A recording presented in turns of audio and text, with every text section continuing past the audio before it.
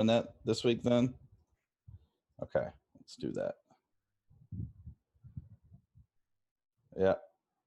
Yeah, that's fine. We'll just test early.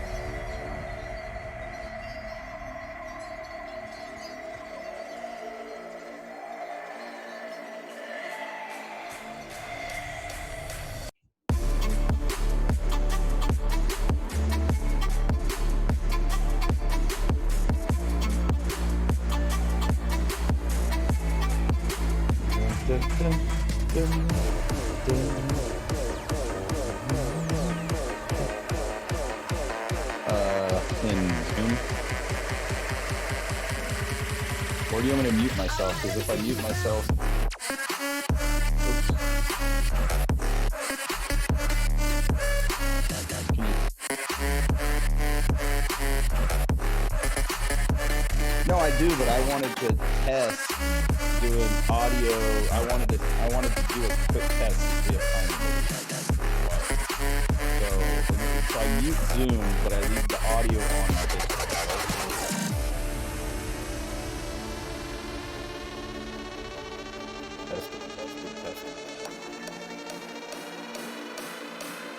It desyncs the video because it's a different,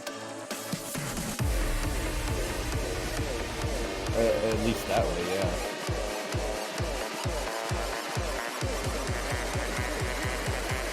I'm trying to think of how you would do it. Well, can't you just mute the Zoom chat or the Zoom meeting?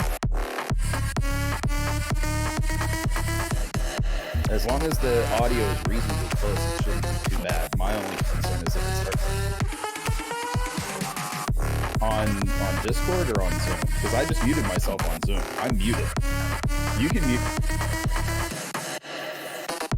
You're still echoing, so you need to mute yourself on Zoom too.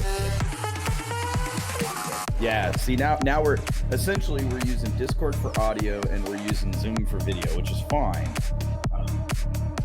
That's good for now until you start. You're not really, well, I guess you are streaming right now, aren't you?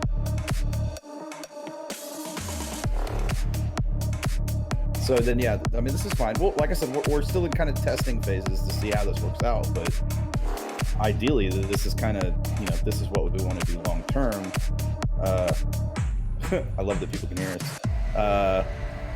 Long term, because it's going to be easier for us to maintain and gives us far more control over chat than the YouTube chat, really. And so again, I think ideally we want to direct everybody to the Discord this week and just keep doing that, because and it also is the long-term chat that continue chatting well after the show is over.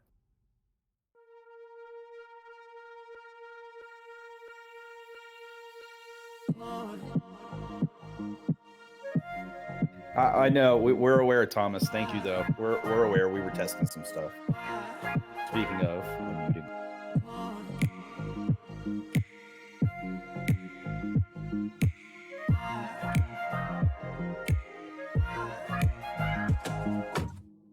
I carried you home, taking all the weight off your shoulders.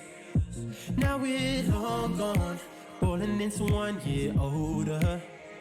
It's funny how our love began when I was sober. Now I stumble in a room where nobody else cares. Now I'm in two minds thinking about you. I'm in two minds thinking whether I'm too kind to give you all of my truth. I'm in two minds thinking. Now I'm in two minds thinking about you. I'm in two minds thinking whether I'm too kind to give you all of my truth. I'm in two minds thinking.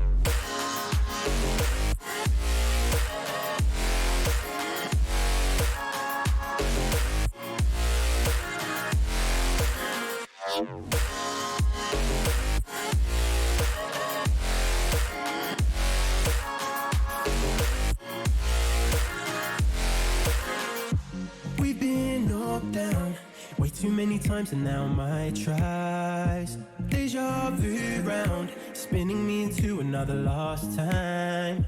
Tell me where this road will end. end. Before I drive over the edge, give me one break to recover myself, because I can't bear. Now I'm in two minds thinking about you. I'm in two minds thinking whether I'm too kind to give you all of my truth. I'm in two minds thinking. Now I'm in two minds thinking about you. I'm in two minds thinking whether I'm too kind to give you all of my truth. I'm in two minds thinking.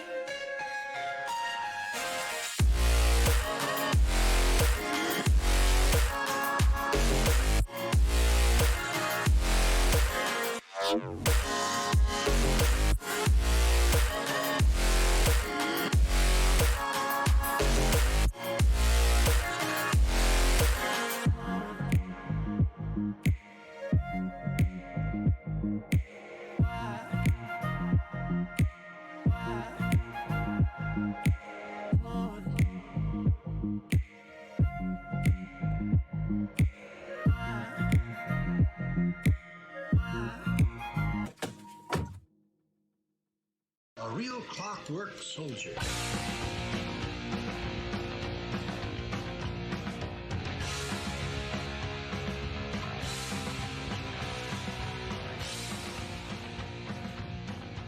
Generation Orange in 5, 4, 3, 2, 1.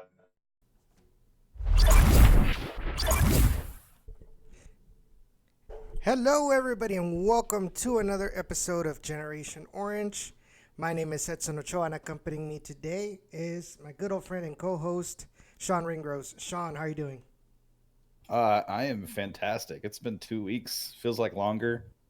God, it really feels like longer because there's been so much that's happened since I was away. I wanna start this show off by giving you some serious credit for pulling together the roundtable last week.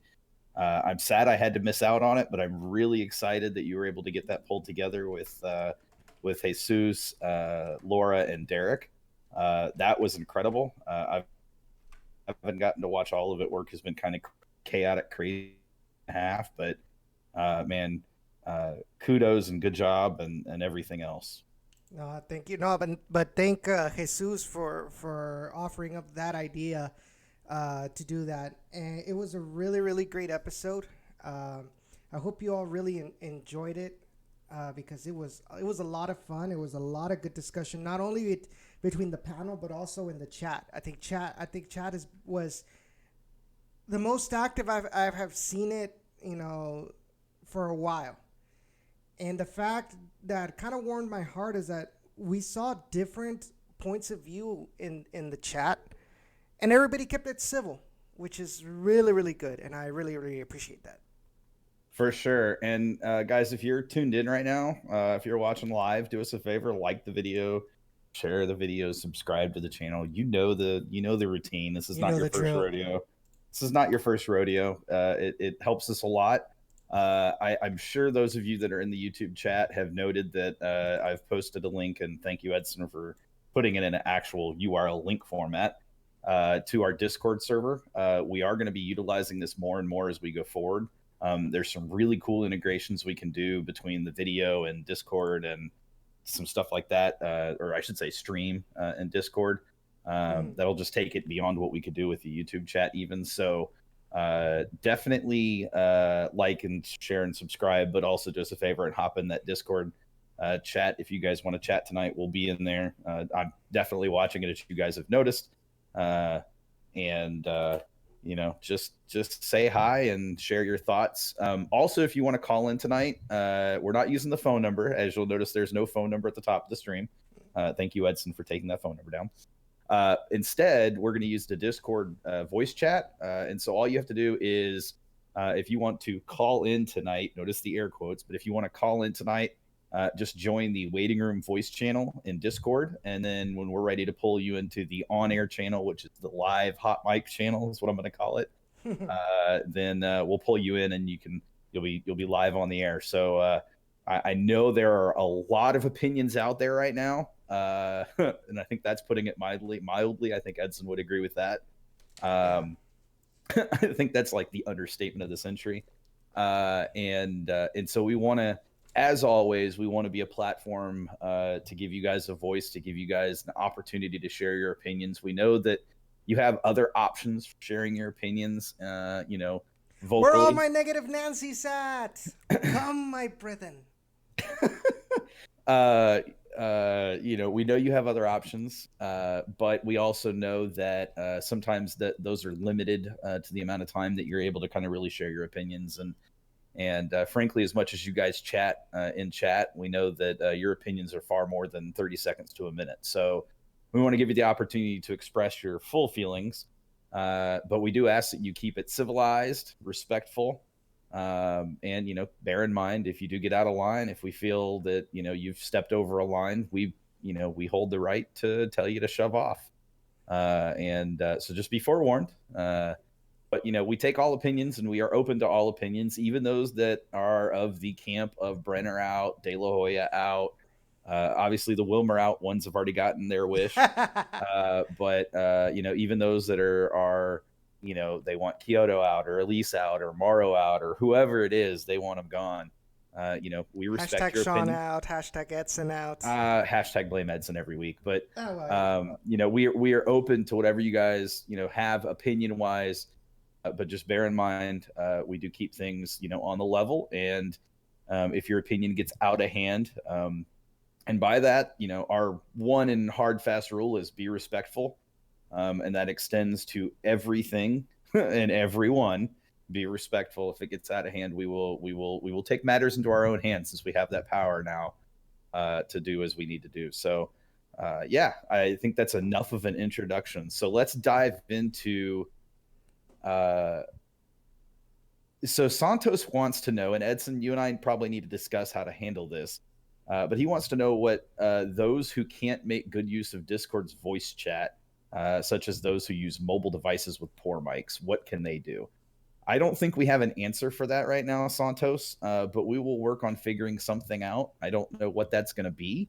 I don't even think Edson has an idea yet for that. No, not yet. But we will figure something out. I'm sure there's probably a Discord bot that can connect in with some system that allows for phone calls. It will probably be a paid monthly service. So, hey, if you want to be part of that service, we'll share how much it costs, and you guys can donate to cover it. I mean, the Skype thing should still work.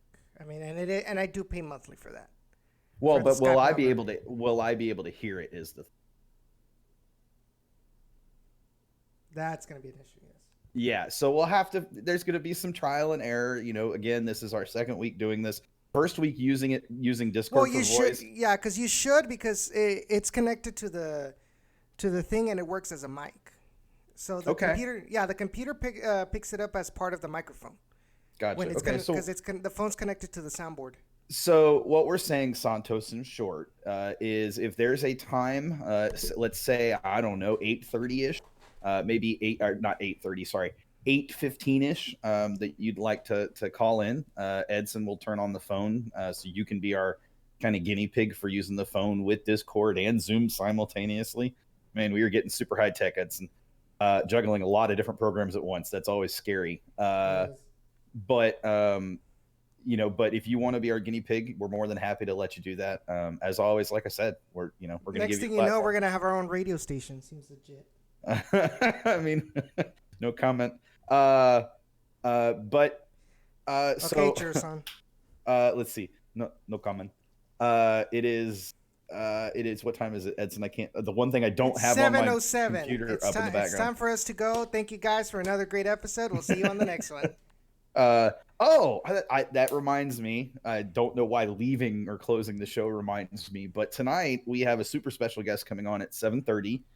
Andres is going to join us. He's going to talk some Dynamo with us, talk probably some Leagues Cup maybe. And I'm actually super excited for that because it kind of continues that, quote unquote I don't know, local. Man, I feel like a couple of Dynamo fans are gonna throw their voices up in the air about talking about Leagues Cup. Hey, I am okay with that. As we've stated, and as I've stated repeatedly, we're open to all opinions, even if they're wrong. And I will be honest, I am wrong. It happens frequently, but I'm also right, and it happens frequently as well. I know that's kind of counterintuitive, but it does. But you know, I I don't want to dwell on where we're at too much right now. I want to talk positive. So let's start with the obvious, and it's not even an elephant in the room anymore. It's now the story of the day, if you will. So last week on Tuesday, it seems like, it seems like Tuesday, Wednesday is that time frame when the Dynamo are going to make their announcements, right? Yes. So Tuesday last week, the Dynamo announced that Wilmer Cabrera had been relieved of duties, which was astonishing to me. And we had talked about it just the week and the 2 weeks before, and even like 3-4 weeks before that. I had a desire to see Wilmer out, but I didn't expect the Dynamo to make that move. Shut up, Sergio. I didn't expect to see that move happen so soon. I had the inclination that it was that while I had information that the Dynamo front office and ownership were considering the change. Usually when I hear considering a change, that usually means we're talking months down the road. And apparently this was something that came together actually a lot faster than anybody really expected, with the save of a few people who said and thought that because of the result that they had in New York, that was enough, and really the last straw for Wilmer. I counter with, I think the team gave him the extra one match after that, even though it was still considered a road trip anyways. And basically that match was if he wins the match, if the players come out and show something different, if he shows really good in that match, then there's an all likelihood that he'll stick around for a few more weeks. He was kind of on that short of a leash at that point. So it was really odd for me to see the news happen. And I didn't get a chance to share this, obviously, because I wasn't able to call in last week, but I was in Casper, Wyoming. And for those who don't know where Casper, Wyoming is, it's basically in the mountains. It's at altitude. It's above sea level by a good 1,000 feet or so, if not further. And at the time that the news popped, I was literally driving atop a mountain. We had just made it up a mountain road, and it was literally like, weaving, sharp turns. There was one turn that was ridiculous that I swear to God, I thought I was going to die, but survived. Obviously, I'm here. But I'm sitting there as we're coming back. Like, we had just reached the top, and we had kind of taken our pictures, and we got back in the SUV and started heading back down. And it was at that very moment that we started heading down that I think, because I went from no signal to signal, that I get a notification pop across my timeline. And it's like, there's rumors that, that Wilmer may be on his way out. And I'm like, wait, what? Hold up. And then it just popped off from there. It went from rumors to official and confirmed. And I was like, holy crap, that's pretty crazy. But it was a long time coming, I think. I believe that ownership were ready to make the change. And I think that's a good thing. I think ownership being willing to make the change mid-season, when one of the things that we've talked about, and one of the reasons why I didn't expect them to make this change so soon, is because they had just signed that extension with Wilmer. Wilmer was guaranteed a lot of money, or a reasonable amount of money, for his remaining years on his contract. And so to release him mid-season meant that they were paying multiple months worth of his salary up front and just dumping it. And so that's a major loss for the club. And so, for ownership, I should say, just from a financial standpoint. And so it struck me as a little odd to see that happen when it happened, because of that facet. And because we've talked about ownership is not going to be an ownership that's going to look to spend a lot of money unless it's absolutely necessary. And even then, I'm not sure they're going to spend a lot of money, depending on what your definition of a lot of money is. And so it was kind of cool coming down a mountain, no joke, and getting the news. It was like, I felt like I went up the mountain with this burden of everything that was taking place and all the frustrations with the Dynamo. I get to the top of the mountain and I have a time of clarity and kind of looking out over over the city, the city, I guess, looking over the city and And just looking at the area around there and how peaceful and quiet it was, and then coming down the mountain and getting the news as I'm coming down the mountain, it was pretty interesting, to say the least. It definitely caught me off guard, but in a good way, in a positive way. So anyway, so that happened. So now we fast forward a week, and we're now into Wednesday of this week. Obviously, that's today. And news drops about 4 hours ago that Montreal Impact have released or have parted ways with Remy Gard and have brought in Wilmer Cabrera to be their new head. And move to me reeks of, I don't even know anymore what to call this, because their reasoning in a given interview that they did with local media stated that one of the things that they struggled with this season, and one of the reasons that Remy was shown the door, was he was unable to control the current players and the way they were acting on the pitch, their attitudes on the pitch. And I don't know about you guys, but I'm a Dynamo fan. We follow the Dynamo pretty closely. That's good to know, Edson. Thank you. I'm wired in, so I don't know what that's about. We'll have to look into that as well. But it just, I have to think, if that's one of their primary reasons for getting rid of Remy so quickly, and then why are you bringing in Wilmer, a coach who's proven, in my opinion, that he's unable to control players that have hot heads, control the attitudes on the pitch. I think it's very clear that he struggled with that here in Houston, especially this season, especially the last few months. And it's an obvious trend. So if you're Montreal, Edson, I'll throw it to you. If you're Montreal, what in the holy hell are you thinking? I honestly think that they're going more for Wilmer's first season with the Dynamo. They're seeing the positives, and they feel like it outweighed the negatives. I really don't think that maybe Montreal got the whole picture of what was going on in Houston, because I mean, let's think about it. The media never really made mention much about problems with the locker room, about Elise being, or especially Kyoto being as a problem in the locker room, to the point that it would have been easily accessible for Montreal to have seen that. You know, this thing was never more than rumors or hearsay in their eyes. So you see that Wilmer took this limited Dynamo to the Western Conference final in his first year.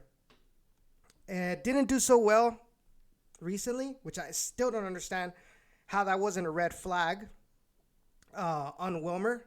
You know, the fact that he couldn't get results, especially away. And yet still decided to hire him in favor of Remy, especially for the reason that you said about, you know, being able, they wanted somebody who can control our locker room. And I still go with my belief. It's like, the fact is that there was no information, confirmed information out there from a reputable mainstream source that said, hey, there's a problem with egos in the locker room. He couldn't handle it. So obviously it's like, well, if nobody says otherwise, then I think we got our man. Do you expect there to be any sort of immediate, pun intended, impact for Montreal by bringing in a coach like Wilmer Cabrera? Do I think there's going to be an impact? Sometimes there is, especially if, and it's an elephant in the room in the soccer world, but there's been so many times, and it happens a lot in Liga MX, not sure how often it happens in MLS, but sometimes you have players that that sabotage the team just to fire a coach. And a lot of times you see they get a new coach, and all of a sudden they're playing better than ever. Or sometimes it doesn't even have to be an intentional sabotage, but just the fact is, they're just tired of Remy's ways, the way he viewed the sport, and they want something different, maybe kind of similar to the Dynamo. Maybe you might see a motivational burst by the Impact, who are kind of, as far as I know, they're borderline in the playoff contention. So you might see them get some good results in the short term. But the question is, and it's going to be a problem, and it was a problem with Cabrera with the Dynamo, and I don't think it's going to be any different with him in Montreal. Is will he be able to get decent results in the long term? Can you repeat those performances where you started with? Because if you don't, then really, was it just a one-hit wonder? And if a team is going to invest in you for the long term, just like the Dynamo did with Wilmer, but you don't bring in results in the long term, then why do we need you? Yeah, I think that's fair. And I brought this up on Twitter because somebody had kind of made a snide remark about, it was Jacob, about, this proves that Wilmer was, a great coach because he got hired immediately. And I'm like, you can't correlate that. That's not how this works. It's called having a good agent. Yeah, not even that. I mean, it might just be a connection that he had. I mean, it happens.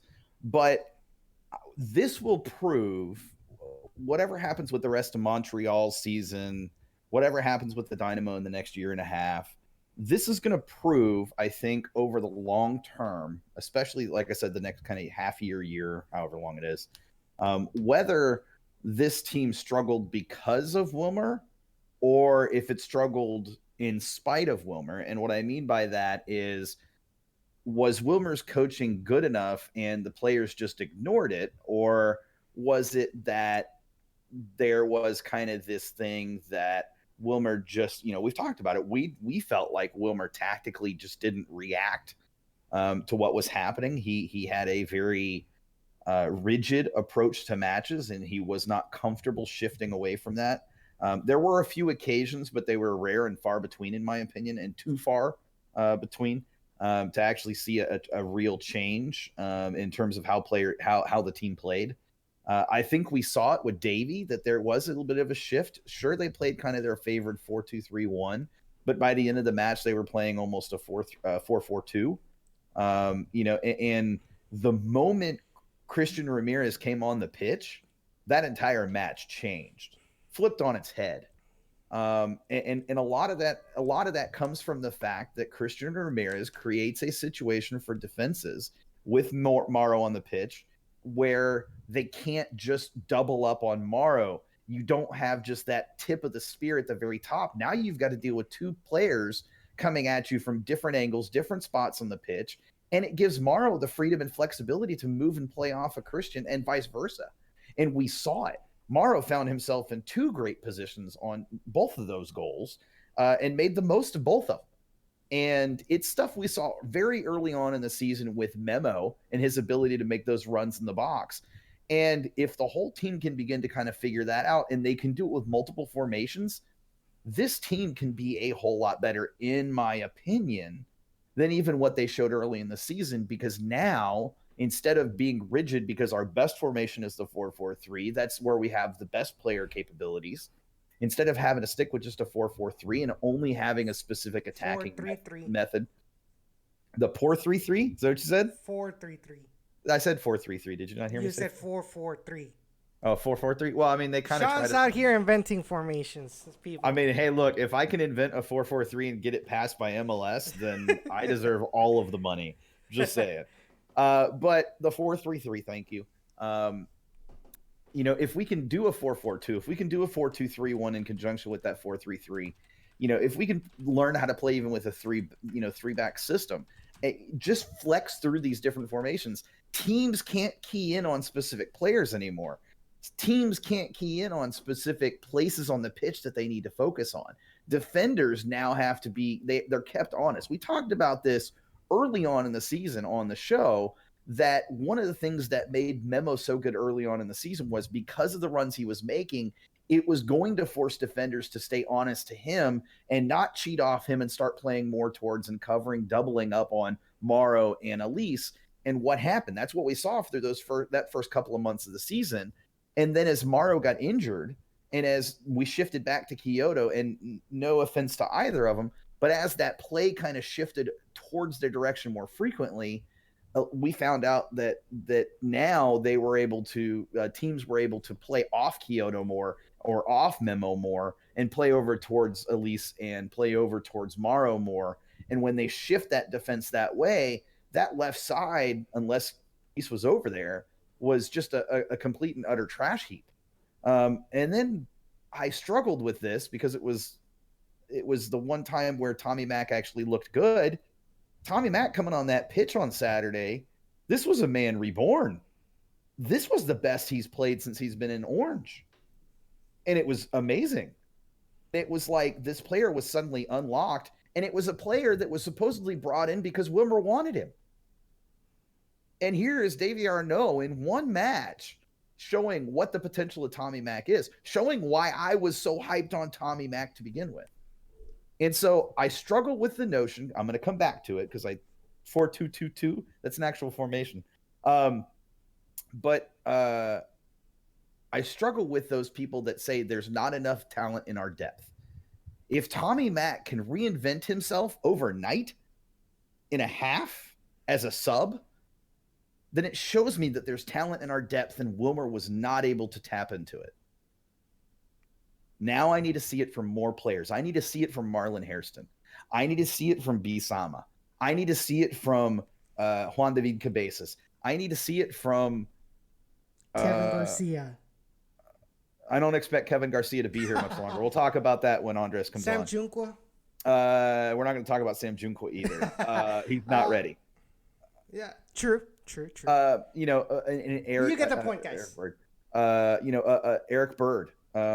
Players like this that I believe are good enough to play at MLS level. And we've talked about this, Edson. Those players coming from RGV aren't crap. I know fans there's this kind of reputation that's there. But those fans, those players are not crap. They're actually decent. Now, with that being said, I don't expect these players to start permanently or start long-term or even start in spot starts out of the gate.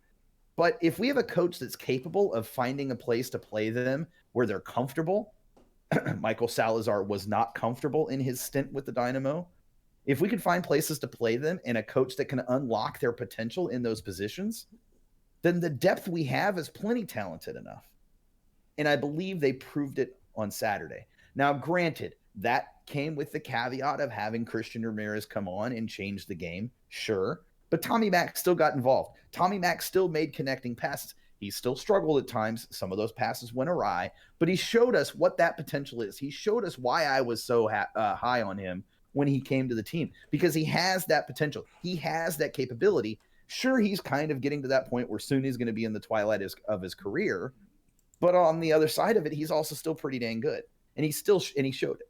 And so I'm always interested to see, especially now with the change in coach, especially with Wilmer going up to Montreal. I'm interested to see how this all shakes out. If at the end of the season we sit here and this team has improved dramatically under Davy Arnaud, do I think that's specific to Davy Arnaud? Not necessarily, but that may also indicate that maybe Wilmer Cabrera wasn't the right coach for this team. If suddenly Wilmer Cabrera going to Montreal, if Montreal continues to struggle as they have, if they fall out of playoff contention, maybe, I don't know, the Dynamo catch them and overtake them in playoff contention, then that's an indictment just as much on Wilmer as it is on the Montreal Impact.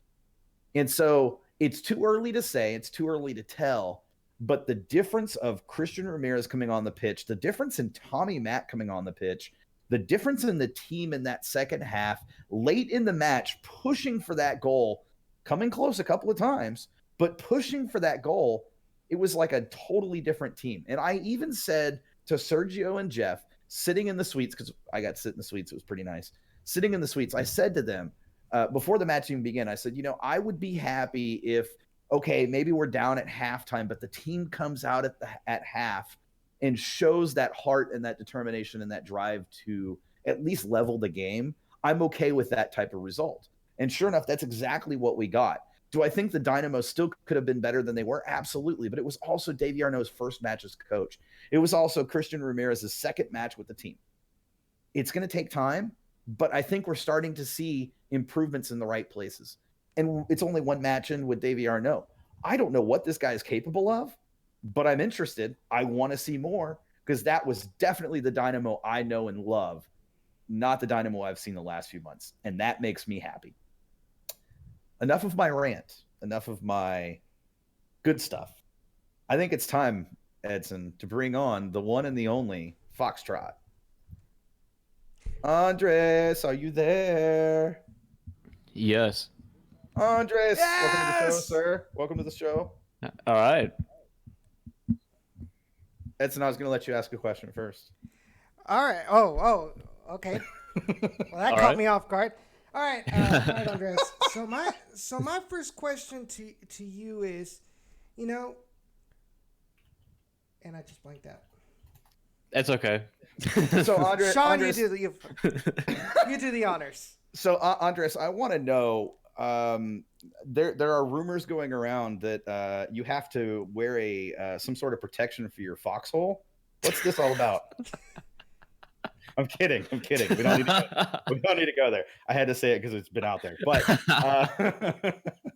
apparently, there's some weird people on Reddit. That's all I'm saying. That subreddit is totally different. Yeah, it's another landscape of humanity itself. It's pretty interesting. It really is. It is an eye into the depravity that is society. Yeah, but you get to learn a lot of the perspectives of all the fans. And that's a good point. Yeah, you have all the positive guys like me. I'm pretty optimistic about the Dynamo, but I'm realistic at times. And Sure. you have the negatives, and you have the guys that are not going to quit until De La Hoya and everyone sell a team and Beyonce buys a team. Where would you rank Sean and I? Oh, you guys are pretty good. You guys are in the good side.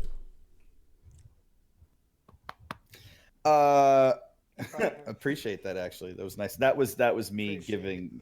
He couldn't see it, but that was me giving the, appreciate it. Much love. So, okay, we've been talking Wilmer Cabrera. First of all, Andres, let me get your Wilmer Cabrera take being released from the Dynamo as head coach. Oh yeah, so that happened last week on Wednesday. I was at work when that happened. I didn't want it to happen when I was at work. Tuesday, yes. So yeah, basically I was at work. It was in the afternoon, and I had my emotions and everything. I was like, and I had to keep my work mood, just be like all neutral and stuff. And I'm like, dude, are you kidding me? Right now? Right now? Not after the season or anything like that, But right now. Oh yeah, right. It is right now. So, but yeah, it caught me by surprise, to be honest with you. I thought they were gonna wait out until the end of the season to let him go, and turns out that they just fired him right before the season ended, just a few more games left. But yeah, I can see that they're trying to turn the season around. They're trying to get into the last playoff spots. They're trying to, like they said several times, they're trying to have a fresh start without Wilmer. And yeah, I saw the comment coming at one point, but like I said, I didn't expect it this soon. Right there with you for sure. So now let's So now let's talk Davy Arnaud as interim head coach. How do you feel about that? Do you think Davy is going to be given enough of an opportunity that at the end of the season, if he's done well, he's going to be able to keep the job? Or is this another Owen Coyle, Wade Barrett situation where Davy's only going to get the rest of the season, and then they've already got plans to find another coach. It definitely replicates that time when Wade Bear was assigned as head coach, interim head coach. I mean, it's a pretty tough position as well because you are barely.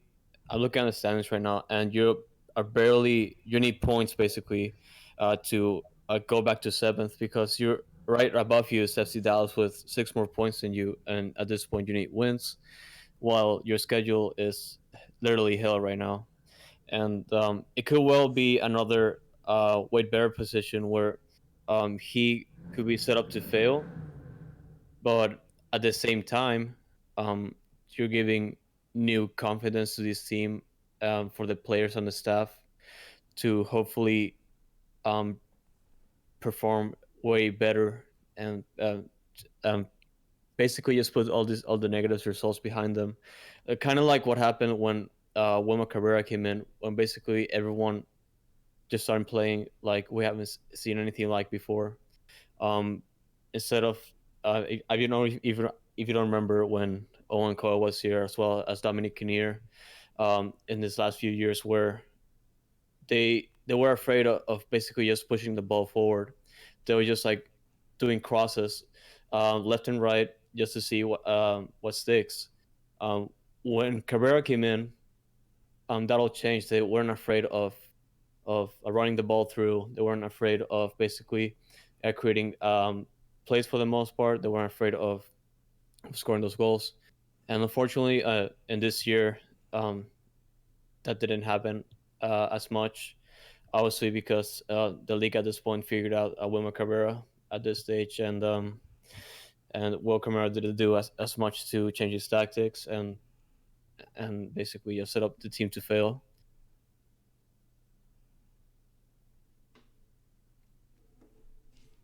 Edson? You know, all right. So my question, leading up to that, is, do you think that right now, 'cause we were just talking about it, but do you think that Davey Arnaud right now has the proper tools to make a run for playoffs? He does. At an extent, he has new players that were brought in. Some players that didn't have a chance to for Carrera to play them as much. Most of it through because they were getting to know the team much better and visa issues with Bisama, Mm-hmm. And but yeah, at his disposal, he has I could say new tools, and like I said in the other question, they're going to have a new mentality since they know that they have a new head coach, and they're going to try and turn the season around. They're going to try do a really hard task, which is basically just squeaking into a playoff spot, and just by knowing these guys, they're going to try their hardest. We have seen it so many times before. Whenever these guys want to play and win, they come out and win. And we haven't seen much this year, but hopefully, at the last matches of the season that we have right now, we'll be able to see that with a new head coach. Hopefully. One of the comments that I have seen a lot on social media recently, whether it's been on Facebook, Twitter, and sometimes on Reddit, is they feel that this team does not have an identity. Do you agree with this, or do you think that they are incorrect? And if there is, what is that identity? So yes, the major problem this team has right now will be identity. I will have to agree with the people in social media that mentioned this, because this team this season, right after the Gold Cup break, they were just basically kicking a ball around on the field. They weren't playing like I just mentioned about when Cabrera just came in, and these guys were playing like we haven't seen anything like in this past, like since 2013 in Houston. They were playing like they wanted to have fun, and as soon as um, we had the gold card break, these guys were just like kicking a ball around, and I know it was pretty. And me just watching the games was just pretty upsetting to me to watch them because they were setting themselves up to lose again and again and again, and each lead as well. And but yeah, I'll have to agree with everyone on this one because the identity is not there, and it's also going to be a hard task for Davy Arnold. And also mentioning that he's also he could be set up to fail, like what happened to Wade Barrett. If he doesn't figure out an identity for this team, he could be in trouble. But that's easier said than done, basically. Yeah, agree. Jeez, do you really need to ref that motorcycle? Apparently, the answer to that is yes, Edson. Yes. Sean? So, Andres, let me ask you this question. Do you foresee, with what you know, do you foresee any changes to how the Dynamo handle player transitions between RGV and the Dynamo senior team? Any transitions? I can honestly see players being brought in to try something new. I could see that, but I could also see Davy Arnold sticking to some of the main players that the team already had right before Wilmore left, just to try it out, just to see if the guys are capable of pulling a last minute playoff run. But that's gonna be for me to wait and see. We have only seen just a couple few instances of David Arnold trying this. Just one game by myself, and so yeah, we'll have to wait on that. He's only had one game, so you haven't missed any, Andres. You're good. Gotcha. Yeah.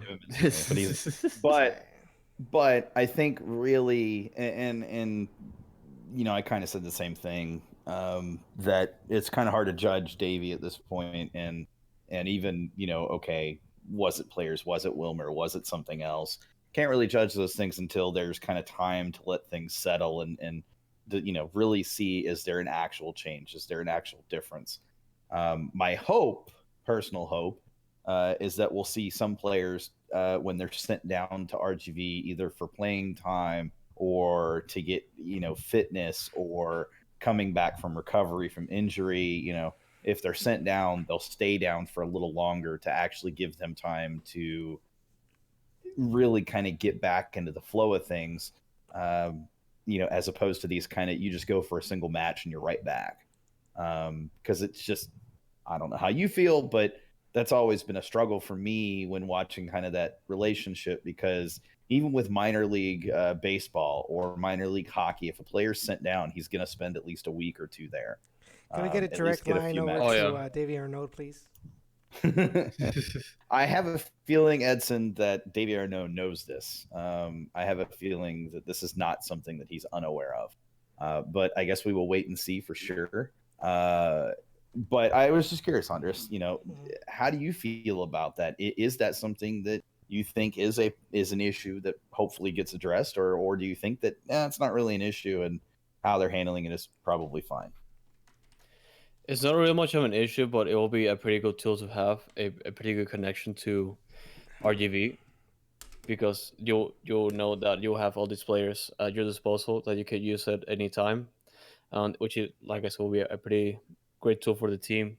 And you're also bringing new tools to the game that could change the outcome of matches.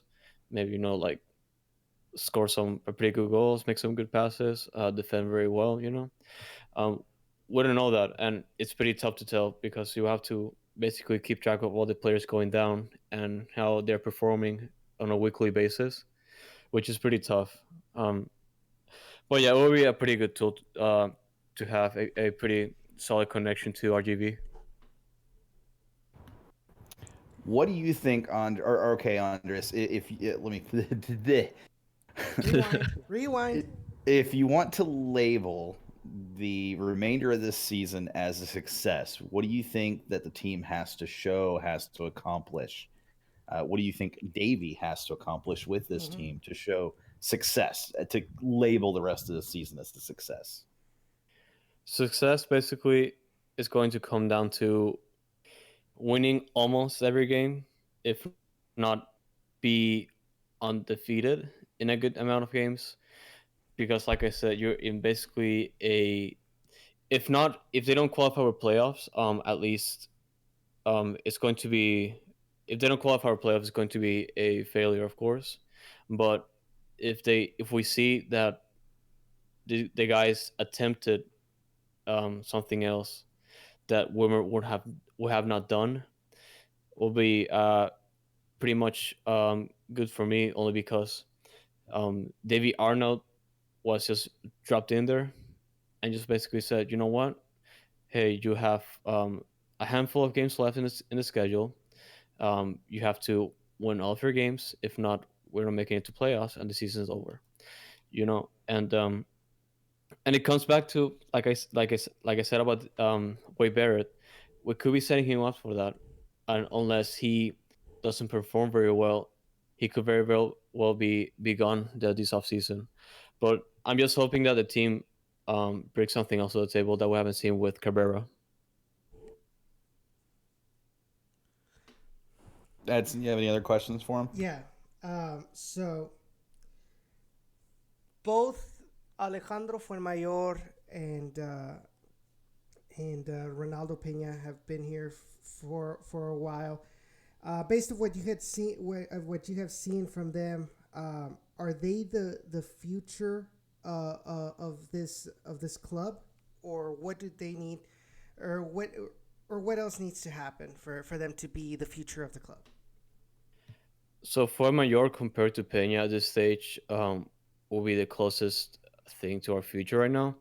But of course, for Mayor will need more development time, because he has been a little bit inconsistent as of late.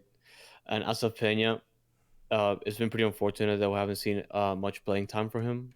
We have only seen him like less than 10 times ever since he got here. So I will definitely love to see him more of him, or what he could offer. But yeah, I'm only saying that because we just brought in Christian Ramirez, and I'm not quite sure what's going to happen with Manotas Annalise when the season's over. And as of right now, Flamengo is the most likely to be here in the long term if he improves, and of course I would like for Peña to have more playing time if he wants it, and obviously he needs to have some playing time, but he has to show that he wants it.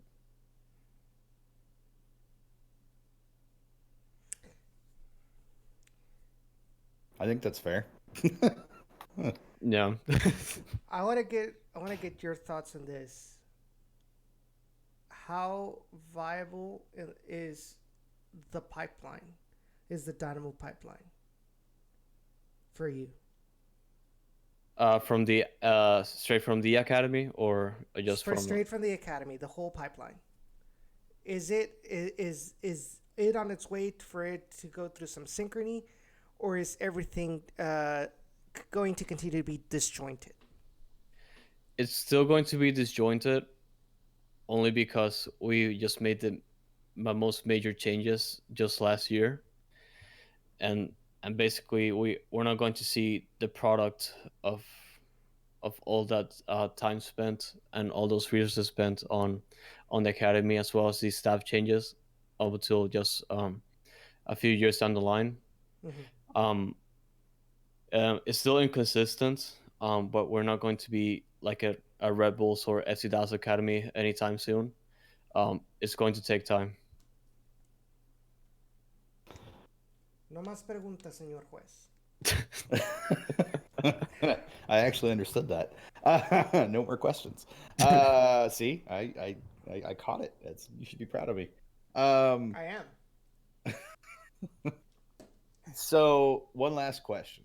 How important is it that the Dynamo find a way to continue utilizing Christian Ramirez as effectively as they seem to have been able to do these last couple of matches? I've always seen him, from all the highlights I've seen from him, ever since Minnesota joined the league. He does remind me of Manotas in some ways.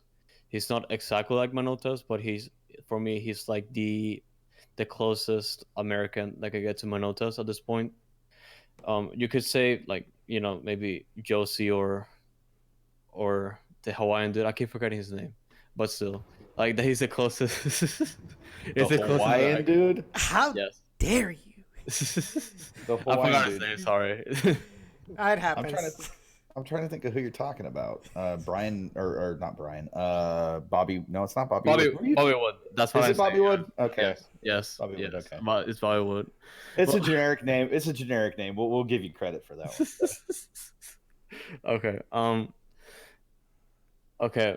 But yeah, like just by assuming that Manotas and Elise are sold this offseason, I can definitely see Christian Ramirez being the starter next year. Of course, while having him as a starter, then we'll have to bring in a Elise replacement. Has to be a DP grade winger, depending on what the next head coach is going to the formation the next head coach is going to bring in. But he can honestly be successful here. It could well be also depending on how it plays out. We could see him maybe reaching the records hopefully. But we'll see. I'm just basically estimating at this point. But yeah, I'm really happy to see Ramirez. To be honest, I was happy to see that he got traded over here, but I was basically just questioning how it will play out. But we'll see. Good answer. Good answer. I like it. I don't have any other questions for Andres right now. We'll have to get him back on for another show sometime in the future for sure. Oh yeah, of course. I'm working on the weekday, so I'm almost always not available, especially in the afternoons. But yeah, I would love to come back eventually. Sure, we'll get you back on. I guarantee we will get you on. Now, whether that's before the end of the season or 6 seasons from now, we'll get you back on. But Andres, thank you so much for joining us. We definitely appreciate it. And if you guys don't know, follow him on Twitter at Dynamic Foxtrot. Trust me, you will not be disappointed, especially if you love foxes. Of course.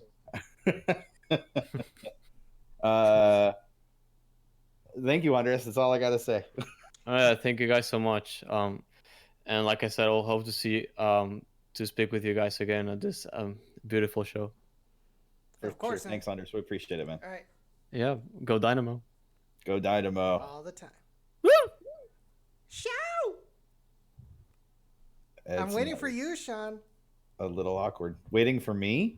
Yeah. Where's your little Yelp or whatever? My little Yelp? I don't know what you're talking about. I'm so confused right now. This became Moving on. Moving this on. became the Moving- most awkward conversation we've had ever on the show. And we've had awkward conversations about We live. We Gen live. Orange After Dark. Shout. What? Uh, All right, let's go. Oh man, Edson, you're killing me, Smalls. Okay. Hoping to get Santos to call in using the phone number here in a little bit so we can test that as well. But let's talk about some Dash real quick. So there was some news that came out today as well this morning that I actually saw because I saw your tweet about it, Edson, which was kind of cool. That Claire Polkinghome has returned or is returning to Australia due to personal family reasons and will be leaving the Dash, at least for the foreseeable future. Let me get your thoughts on that.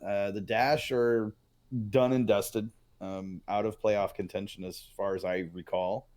And so her leaving doesn't hurt the Dash in any specific way, shape, or form. But I am curious to know your thoughts, Edson. What do you think about this? Is this a sign of, are we going to see more players, do the same kind of thing, or is this a one-off or what? I think this is a one-off. I don't think we should have a huge problem of players leaving. So, like in the middle of the season, I think we have seen that our players, for the most part, are committed to this team, are committed to the city. This was just an extenuating circumstance that Claire Polkinghorne sadly had to pass through and have to leave and go back to Australia. But other than that, it's a player that I think we're going to miss for the most part. But I think that the Houston Dash has enough time between the rest of the season, the off season, to kind of plan and looking for her replacement. I think, like you say, I think the Dash are right now in this phase of trying to figure out who stays and who leaves for next season. And so the rest of these games it's pretty much like an elongated tryout. And I trust that the Houston Dash will bring in a good replacement for Claire Polkinghorne. I'm gonna miss her, man. I'm gonna miss her.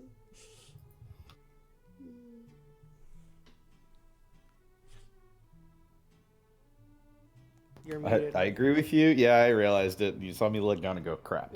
I do agree with you. I do think this is a one-off. I do have some concern, very minor concern, that we may see a couple more players probably leave at the end of the season. But I think my biggest frustration is we're sitting here in season 5 now of the Houston Dash. Fourth season right now, going into the 5th season next year, right? Help me out here. Okay. So we're in the 4th season, still no playoffs.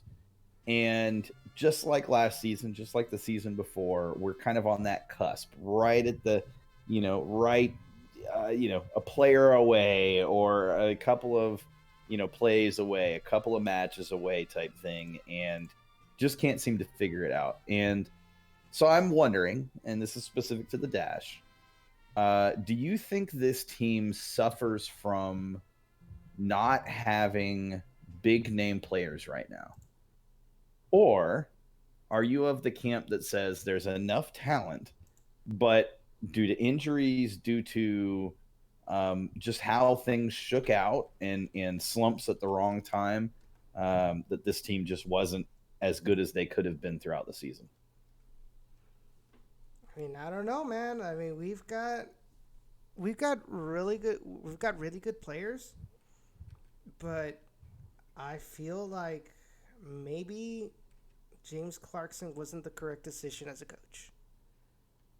Although it's because there are some times where when I watch the Dash matches, and sometimes I feel like he's putting like players out of position, substitutions that kind of don't make sense. Taking out players that are playing well and not taking out players that are not being influential in the match. And I feel that there are some times that this team wins in spite of James Clarkson rather than because of James Clarkson. I think that's fair. I do think that's fair. And that was one of the things that I voiced when it was announced, was I had a struggle with the idea that you bring in a coach who has no professional coaching experience. He's coached academy players, men's and women, or boys and girls. Weren't you high on James Clarkson though? I was not high. I was willing to give him the benefit of the doubt. I was not high necessarily on him. And I said that multiple times, by the way. But I was willing to give him the benefit of the doubt because, hey, the Dash made the move. They hired him. And he was bringing in assistant coaches, bringing in staff, and people, within his network, within his connections to help direct him and he knows his weaknesses and he knows his strengths, and he plays to his strengths, and he, brings people in to help cover for his weaknesses. And I think we've seen that. I think we've seen that side of him. But I think on the flip side of it, we've also seen that side where the kind of lack of maturity as a professional coach has definitely showed itself. I wonder to some extent if that's just him going, I have no idea what to do. I'm just going to try something and see if it works. Or if that's just, he feels that maybe he needs to do that. I don't know. But on the flip side, if the team was struggling and or has struggled like they did, and he didn't make any changes, it would be the same as the Wilmer Cabrera situation. If things didn't improve, it would be the guy's rigid. The guy doesn't make changes. So at least he's willing to try to change things. However, I definitely understand the frustration, and I think there's a definite reasoning there to perhaps look in another direction. And again, the Dash have yet to have a seasoned NWSL or women's soccer professional club coach at any point in their tenure. They had Randy Waldrum, who came fresh out of college, the college ranks as a coach. Then they had Vera Poe, who came fresh out of international soccer and showed that she wasn't a good coach for that anything. And now you have James Clarkson coming fresh out of the academy ranks. And to me, the best teams in NWSL have been teams that have utilized and leveraged coaches that have NWSL or at least club coaching experience, professional club coaching experience. And so if ownership feels that Clarkson hasn't done as well as they'd hoped and it's time to move on, I would hope that they would look for someone with, like I said, either NWSL coaching experience or somebody who's coached club, at least professional club level somewhere internationally, and women's professional club level somewhere, because clearly the options that they've used so far just haven't worked out. And so that's what I want to see. I'm sure there are Dash fans who feel the same way, but we'll find out, I guess, as the off season gets very close, very quick. We will find out. Who do you think from this roster? Who do you think has been underwhelming? Kalia Ohai for me. Oh, I think she's been one of the more underwhelming players this season. I think Sofia Huerta at times has been underwhelming, but I think she's also shown those flashes of being the player that she can be. I think those are probably my two players that I feel like have let us down the most. And again, not consistently, although I feel like Kalia at times has been a consistent kind of underachiever, underperformer this season. But yeah, those two players would definitely be my underachievers at this point. And I don't think it's specifically them not playing their potential or anything like that. I just think there are things that happen throughout the season, and you hope that the players around them can find ways to pick them up or find ways to overcome those things. Sometimes you need the next man up strategy, right? Or next man up thing to happen. And we just haven't seen it with them or with the Dynamo, I guess, really, but specifically with them. And I don't think it's a depth issue, because I do think they have good enough depth. We all felt coming into the season they had good enough depth. Mm-hmm. But I think that there's just been a broken record, but I think that there's just been struggle to find ways to utilize that depth and to truly leverage that depth against other teams that have struggled at certain times. I guess. Yeah. Do you think that this team has too much of a daily dependence? A Rachel Daly dependence? Oh man, yes, I do. And I think some of that comes from not so much the team, but specific players having a dependence on Rachel Daly. Kalia Ohai being one of them. I don't think Sofia Huerta is dependent on her. I don't think Christine Nairn's dependent on her.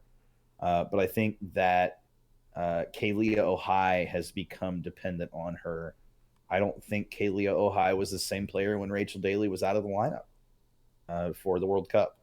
And so, yeah, I mean, that's a really good question, but that's kind of what I come down to. I don't feel like the defensive mistakes that were made this season were the result of not having Rachel Daly. I don't feel like that at all. I think those defensive mistakes were a lack of maturity in coaching to some extent. I think some of those were a lack of pointed and direction coaching in terms of how defenders need to play. And I think some of it was also just tactical. You had times where outside backs would be too high up the pitch and you'd get, caught on the counterattack. And then, much like we see with the Dynamo, you'd have times where they just can't clear their lines in the box towards the end of matches and they give up a goal late. And so, yeah, I don't think that, but coming back to the point, I don't think defensively they struggled like they did because of the lack of Rachel Daly. I feel like that was a totally separate issue, but definitely attack-wise, I do think to some extent, there's a reliance and a dependence too much on Rachel Daly to lift them out of those holes. She's obviously a spark plug. She's a fiery player with a lot of determination, grit, and passion for the game and for her team and for her teammates. And I think the team, we talked about this with the Dynamo. I think the team loses that leadership factor when she's out of the lineup. And I think a lot of fans expected Sofia Huerta to step into that leadership role. And I feel like she just didn't. And I feel like it's kind of the same thing with the Dynamo. We expected at some point someone was going to step into that leadership role, whether it was Elise or Kyoto or Morrow or whomever for the Dynamo. And they haven't done that either. And I think, and I'm going to ask you this question, I meant to ask this to Andres, do you think, and totally changing the subject mid thought, but do you think from a Dynamo perspective that Christian Ramirez can be that on-field leader that we've been looking for? I think he's another one of those players that is lead by example. I haven't seen much of him, outside of the Houston Dynamo to get an actual make an actual decision on that. But I think from what we've seen from him, how well he's been played, like he's one of those players that would rather lead by example, do what he has to do on the pitch, rather than him, going out of his way to command somebody else or things like that. He's a striker. Strikers technically aren't really your captains or your captains without an armband kind of player. Those are usually just your midfielders, your defenders, or even your goalkeepers. But strikers, their main focus is really just to score goals. And, because that's what you just see, they just see, the goal. Whereas midfielders, defenders, and goalkeepers, I mean, they have a vast view of almost the whole pitch. So they tend to be the ones that should have command, that say, okay, hey, you need to be here, or have the leadership qualities to be the captain.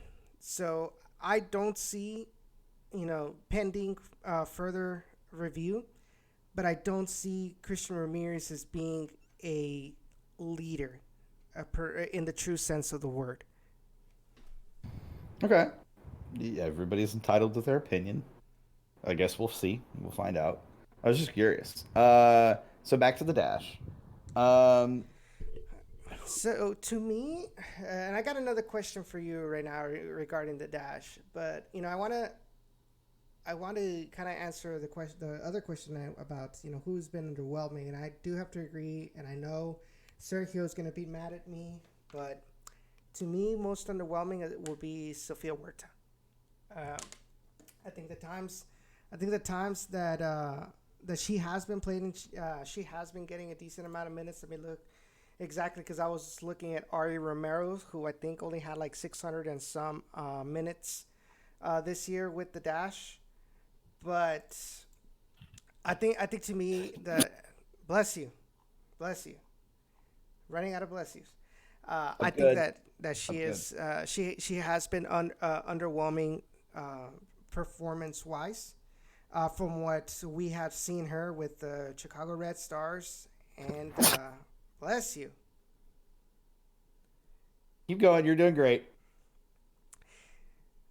And no, yeah, like to me, it's just like she hasn't performed up to, I don't want to say the hype, but to her potential from what we've seen from her in previous years. No, I think that's totally fair. Sergio says he's furious.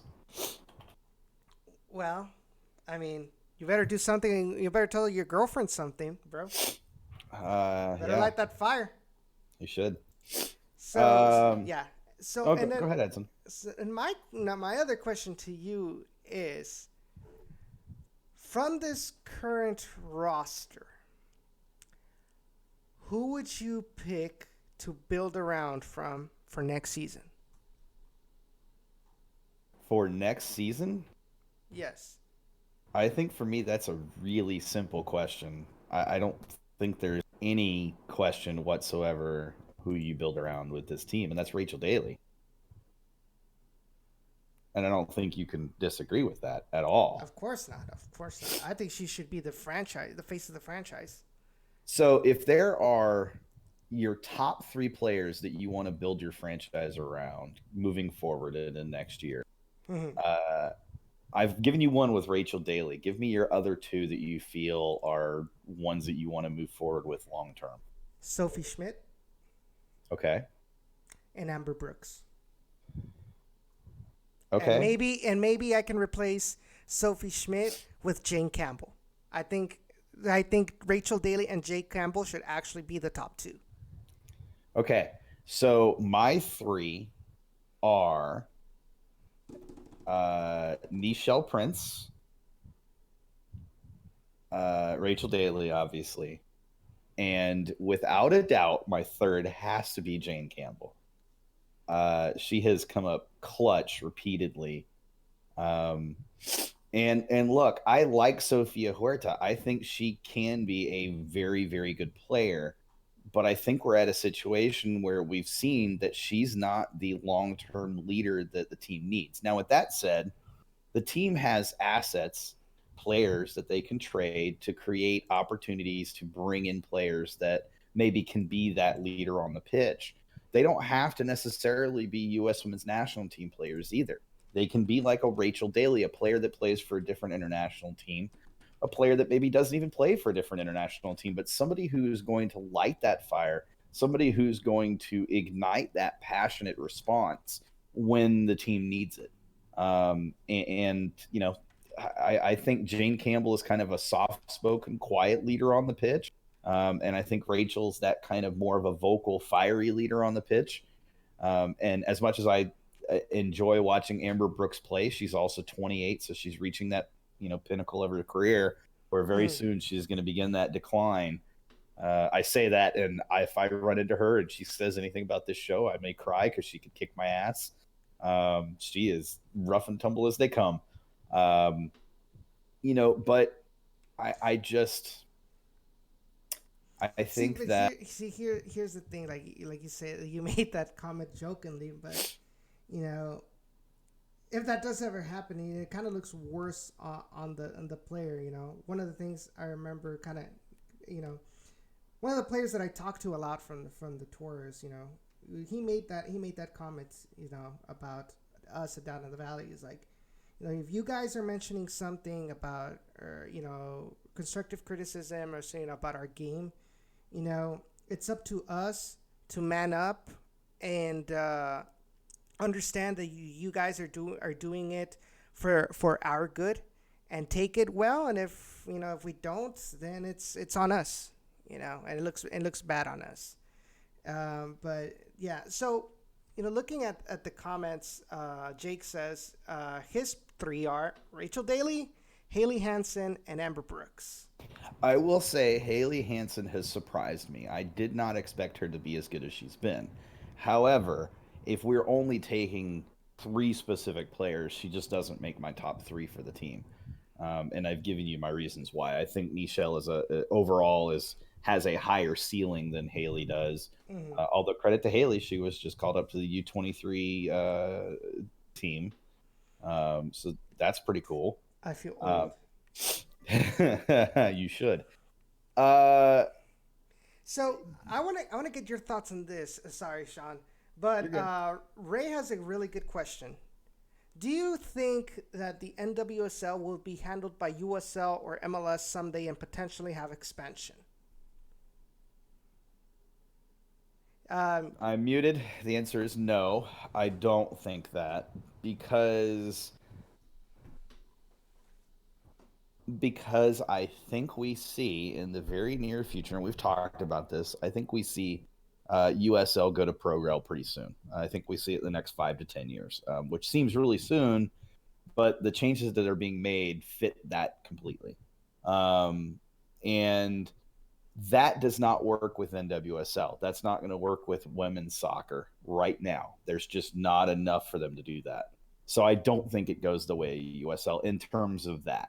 Now, with that being said, I can see where there is some kind of thought behind it of, okay, the teams are drawing what they're drawing. They would be a better fit paired up with USL teams.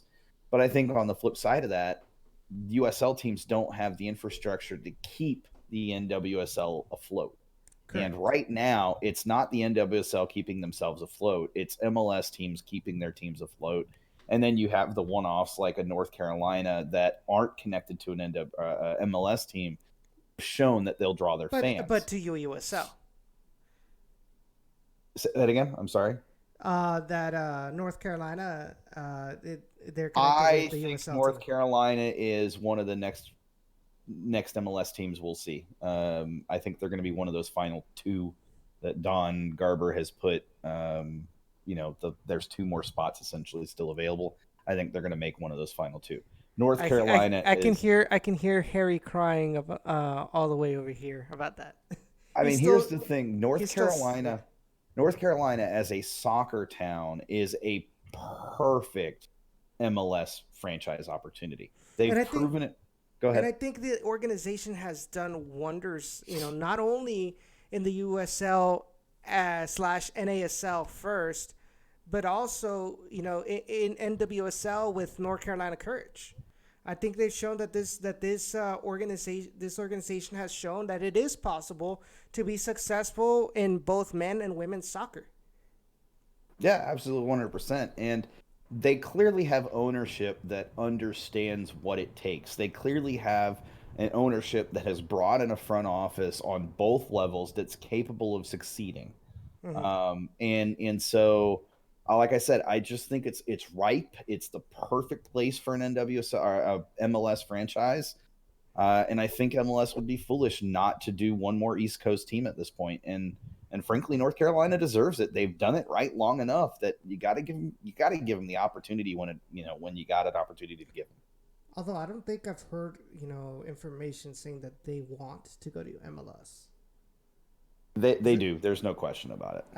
Because I think Sacramento and Phoenix and I forgot who else. I think been there more are a vocal about couple. Yeah, I think there's a couple of things from a logistical standpoint that they want to figure out before they put a bid in. But I think they're going to put in a bid for one of the final two spots, if not just wait for the final spot. And I think I think as soon as they put it in, I think Don Garber is going to, yeah, absolutely. That makes total sense. Why did you guys not put a bid in sooner type thing? I just think there's some kind of hurdles they've got to overcome first. Kind of like Sacramento has some, same type of thing. But I feel like North Carolina is better positioned in the long term to take advantage of it.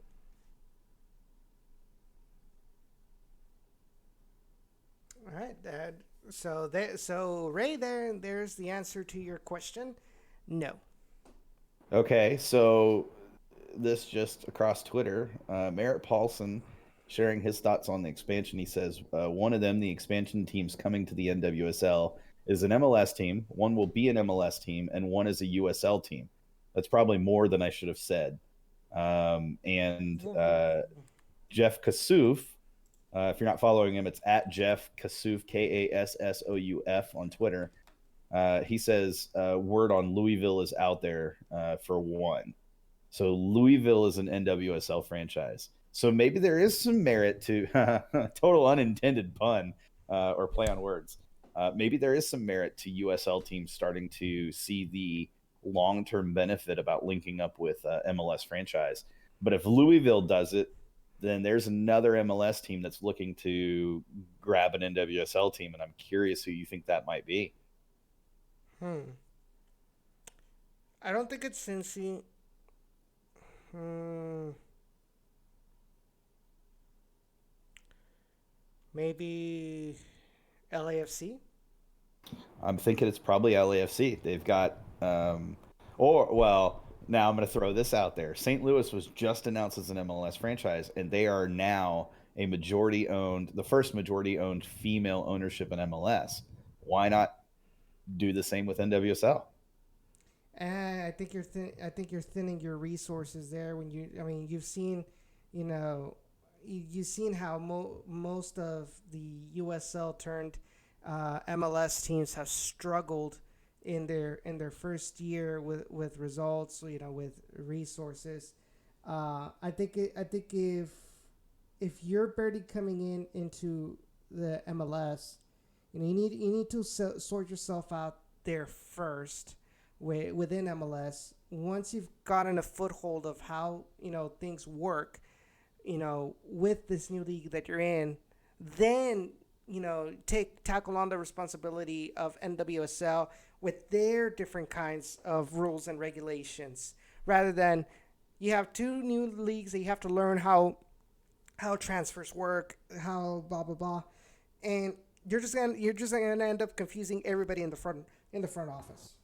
So let me throw another MLS name out there that I don't think has been whispered at all. But what about Minnesota? With the recently opened Alliance Field, I think it's a possibility. I think it would make a lot of sense, and it's an area there's not a lot of women's soccer currently, and I think they could make a lot of inroads. I guess we'll see. There's obviously quite a few options there with a lot of MLS teams available to potentially pick up a NWSL franchise. I would have to imagine that their desire is to pick or have an MLS team that is an established one, like you said. So St. Louis is probably off the table. But it's definitely intriguing to say the least. But hey, enough about the Dash. We've talked about them for quite a while. Kind of proud of us for talking so in depth about the Dash. We've got 40 minutes left. First of all, guys, if you're listening or watching on YouTube right now, thank you. Like the video, share the stream, subscribe to the channel, et cetera, et cetera, et cetera. Jake says he'd love to see Minnesota enter the NWSL too.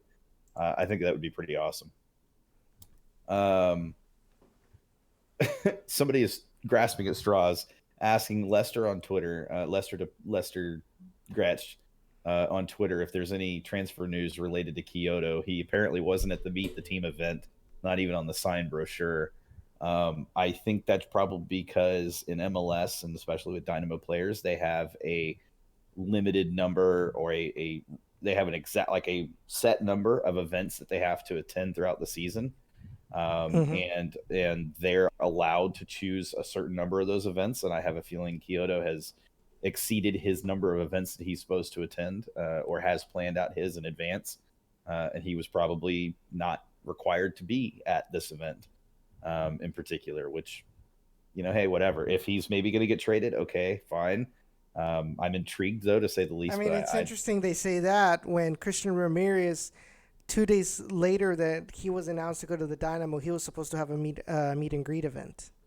So I don't think the fact that he's not, or that he did not go meet and greet, I don't think it has anything to do with him being transferred out.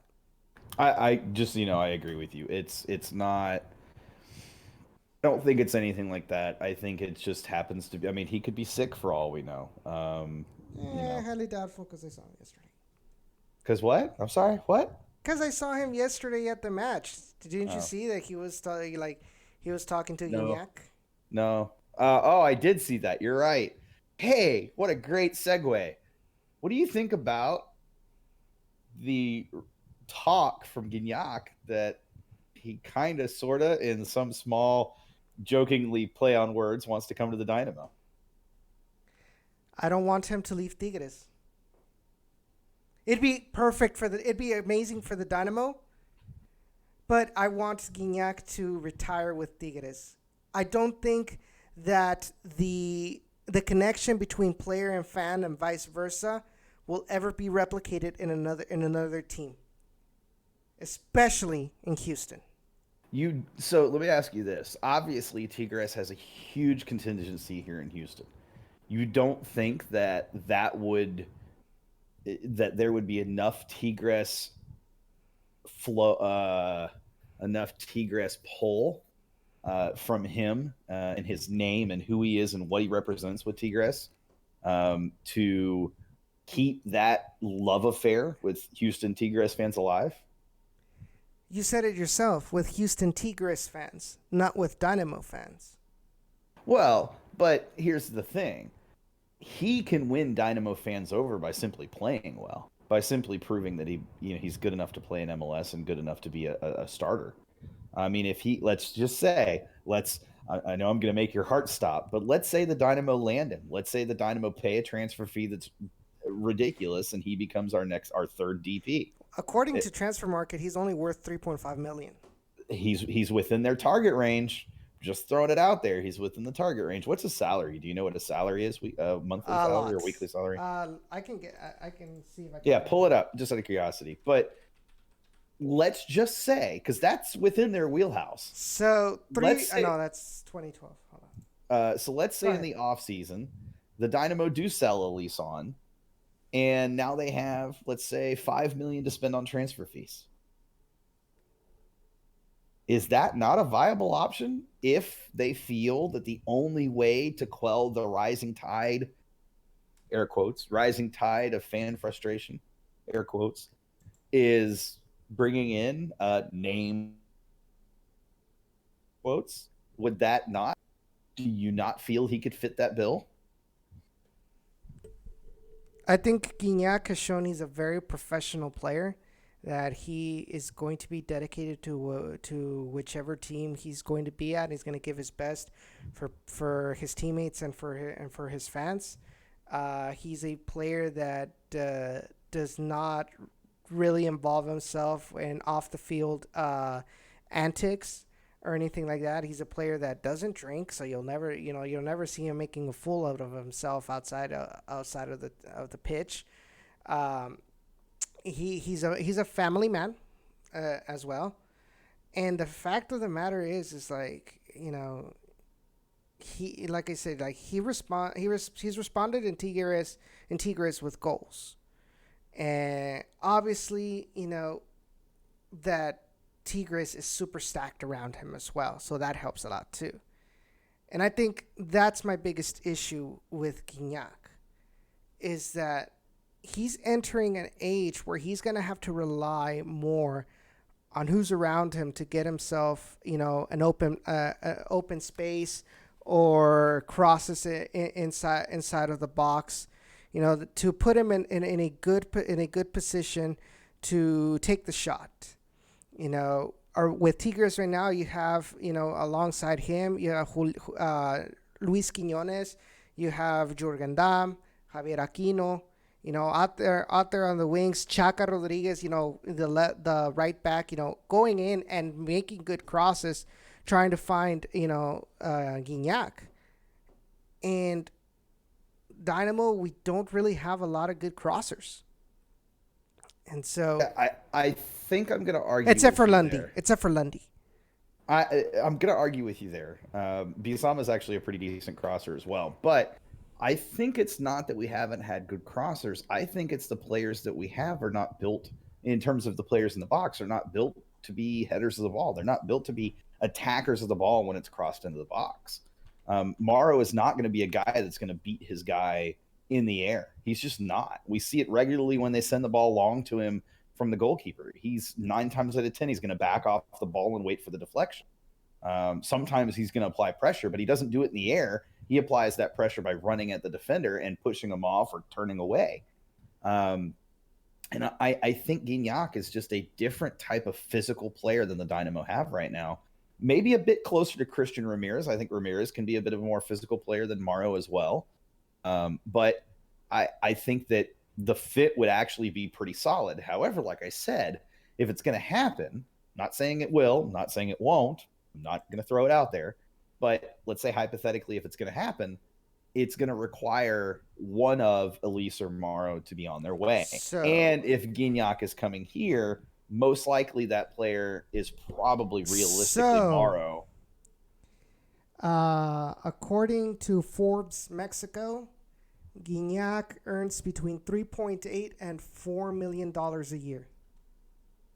Okay, that's a year. So that would clearly be that would be the highest paid. He's the player, highest paid. MLS. He's the highest paid player in Liga MX right now, or one of the highest.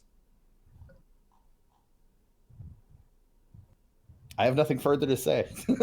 That's very good research. I am very proud of you right now. That is incredibly good information. I just don't want Gignac to leave Tigres.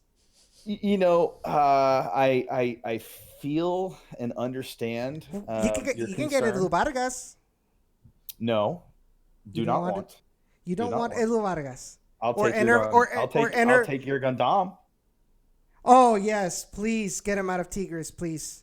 I think he'd actually do really well in MLS, to be honest with you. I think he'd be decent, but the problem is like he's one of those things. There's like he knows how to run, like he's fast, but once he has the ball, like he doesn't know what to do with it. Like his crosses are horrible for the most part. Sure, and I don't think you're relying on him to be a crosser of the ball. I think you're relying on him to be an Elise type player. Mm-hmm. But I also think he's outside the range of what the Dynamo are willing to spend. Here's the thing. And we've talked about this before. I don't expect the Dynamo to look towards Liga MX as their solution to the problem, player-wise, DP-wise, and here's why. Because Liga MX teams consistently overprice their players going out and undervalue players coming in.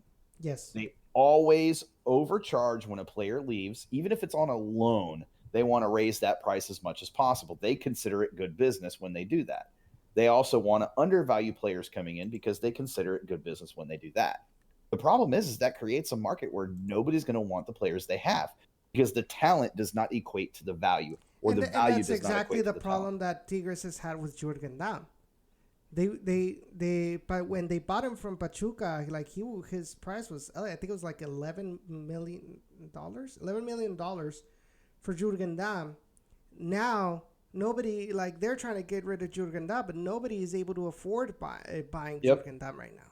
Yep, they're in the, and it's not just Tigres. The Liga MX is in this kind of generation, if you will, where they've backed themselves into a corner where you're not going to see a lot of international movement on top players in Liga MX. They're going to stay there because the only teams that are going to be willing, and the only leagues that are going to be willing to spend that money are going to be, well, I say the top players. I should say the middle-ish tier of players that are just below that kind of elite Liga MX talent and just above that kind of young, well, even better than scrubs. I feel like you've kind of got your substitutes.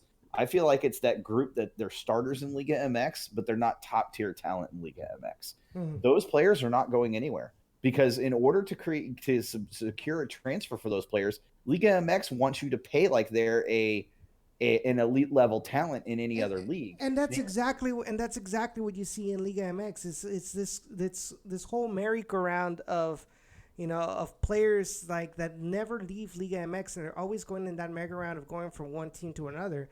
You look at Ruben Sambuesa, he's gone from America to Toluca to, I think right now he's in Pachuca with Tecos. I mean, it's always like it's always been like that for those, like you say, it's like one of those average players because he's so overvalued.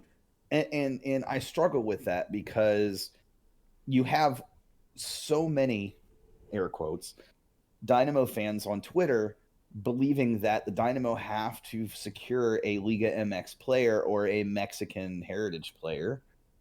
And I don't think that's the case. I don't think you're going to win over fans by signing clear point in case, Kubo. Luis Angel Landin. I could go on. Trust me, the list is there. you're not going to win them over by the nationality of the player. You're going to win them over by the quality of the player, the quality of play on the pitch. And my concern is those players traditionally that have been brought in, not just Dynamo wise, but other team wise, have been brought in at that kind of 29, 30, 31, 32 years old level. They've been very hit or miss. They're either superstars like your Zlatan or your Wayne Rooney, Vela. and they stick around, your Vela.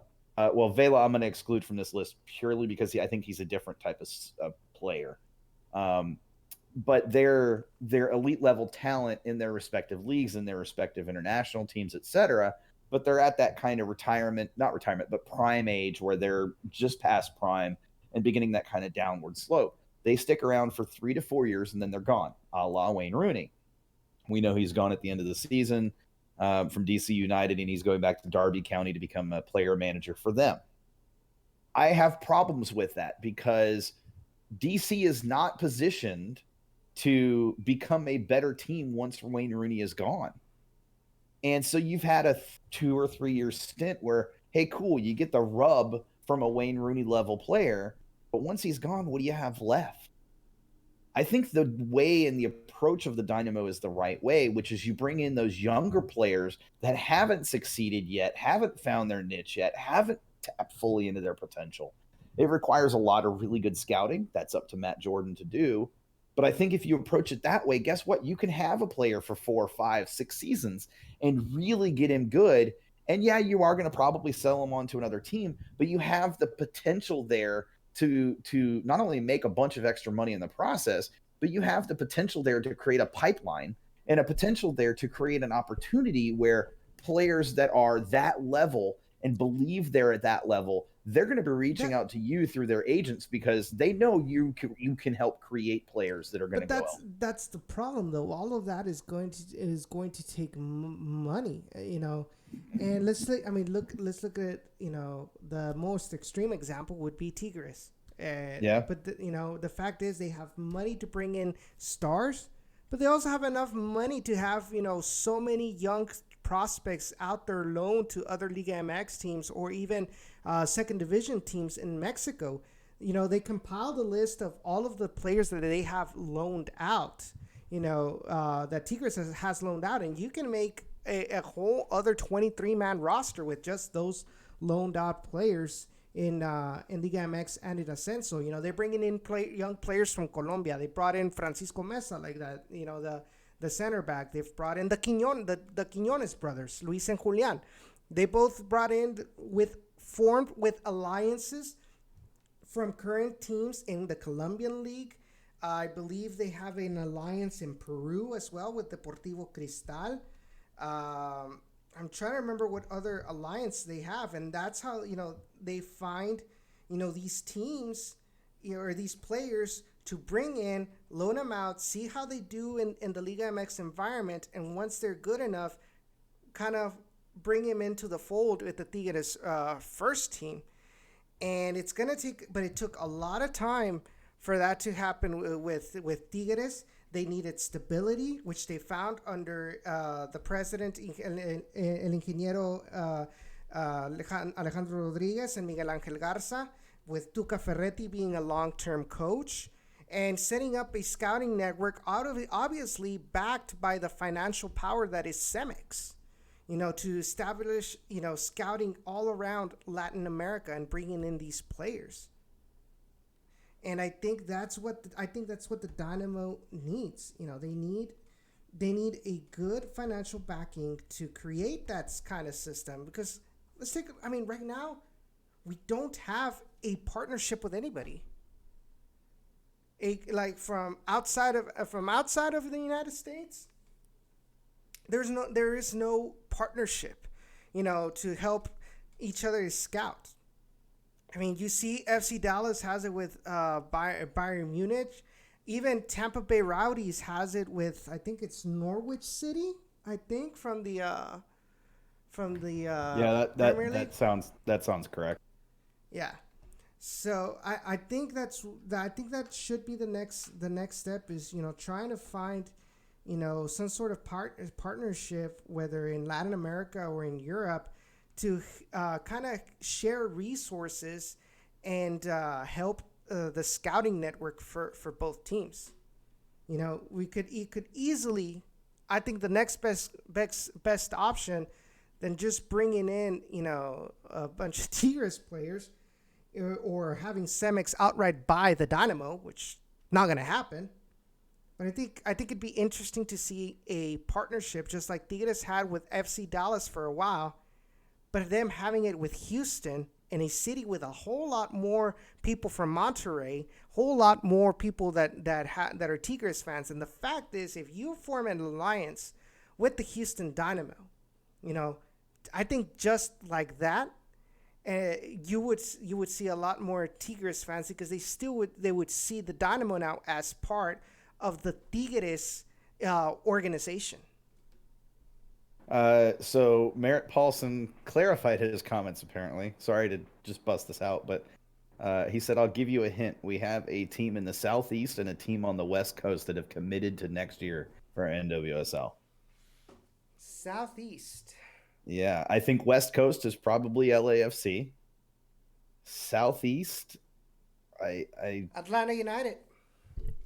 I could see it. Atlanta would be a major coup for NWSL.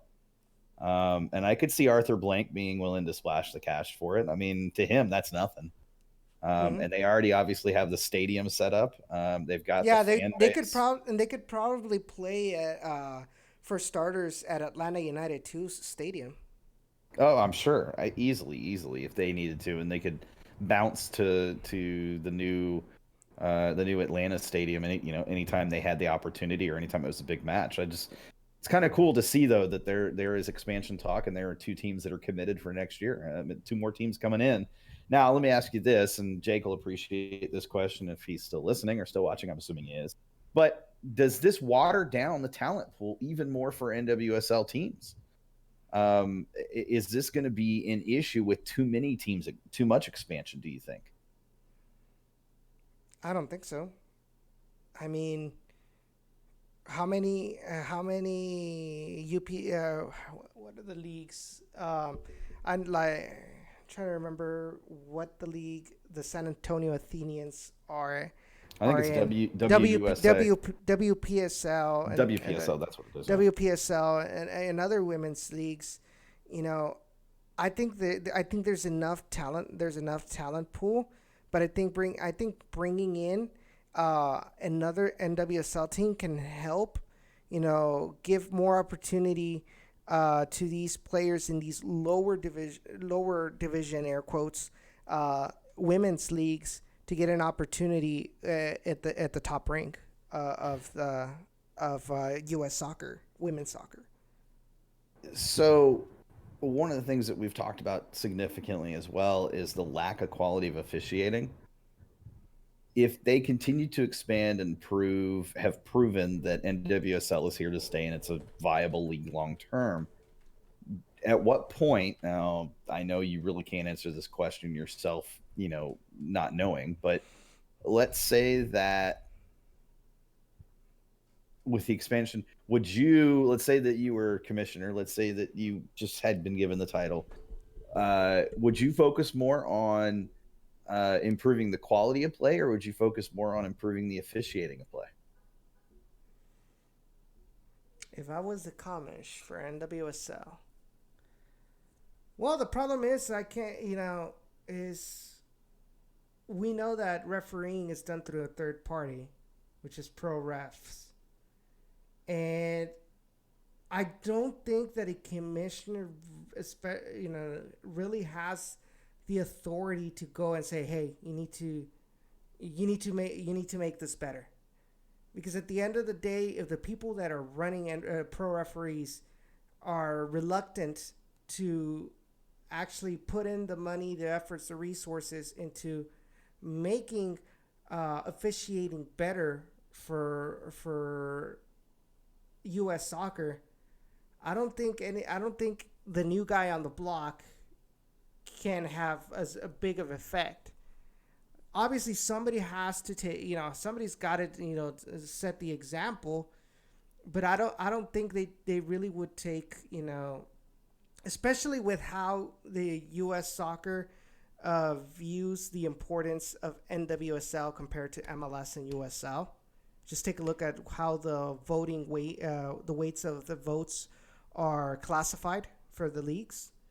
I don't think it have much influence. So I would really would focus on the play, because that is my role. My role is to make sure that each and every team that I have under my league, conforms with the rules and regulations when it comes to infrastructure, making sure that salaries are being paid, making sure that that the training facilities are up to par, as well as the game day experience. Making sure that we have enough resources to promote the league within soccer fans in this organization. So my final answer is, yeah, I'd focus more on the quality of play. I think that's fair. I think you bring up a good point that this really comes more from the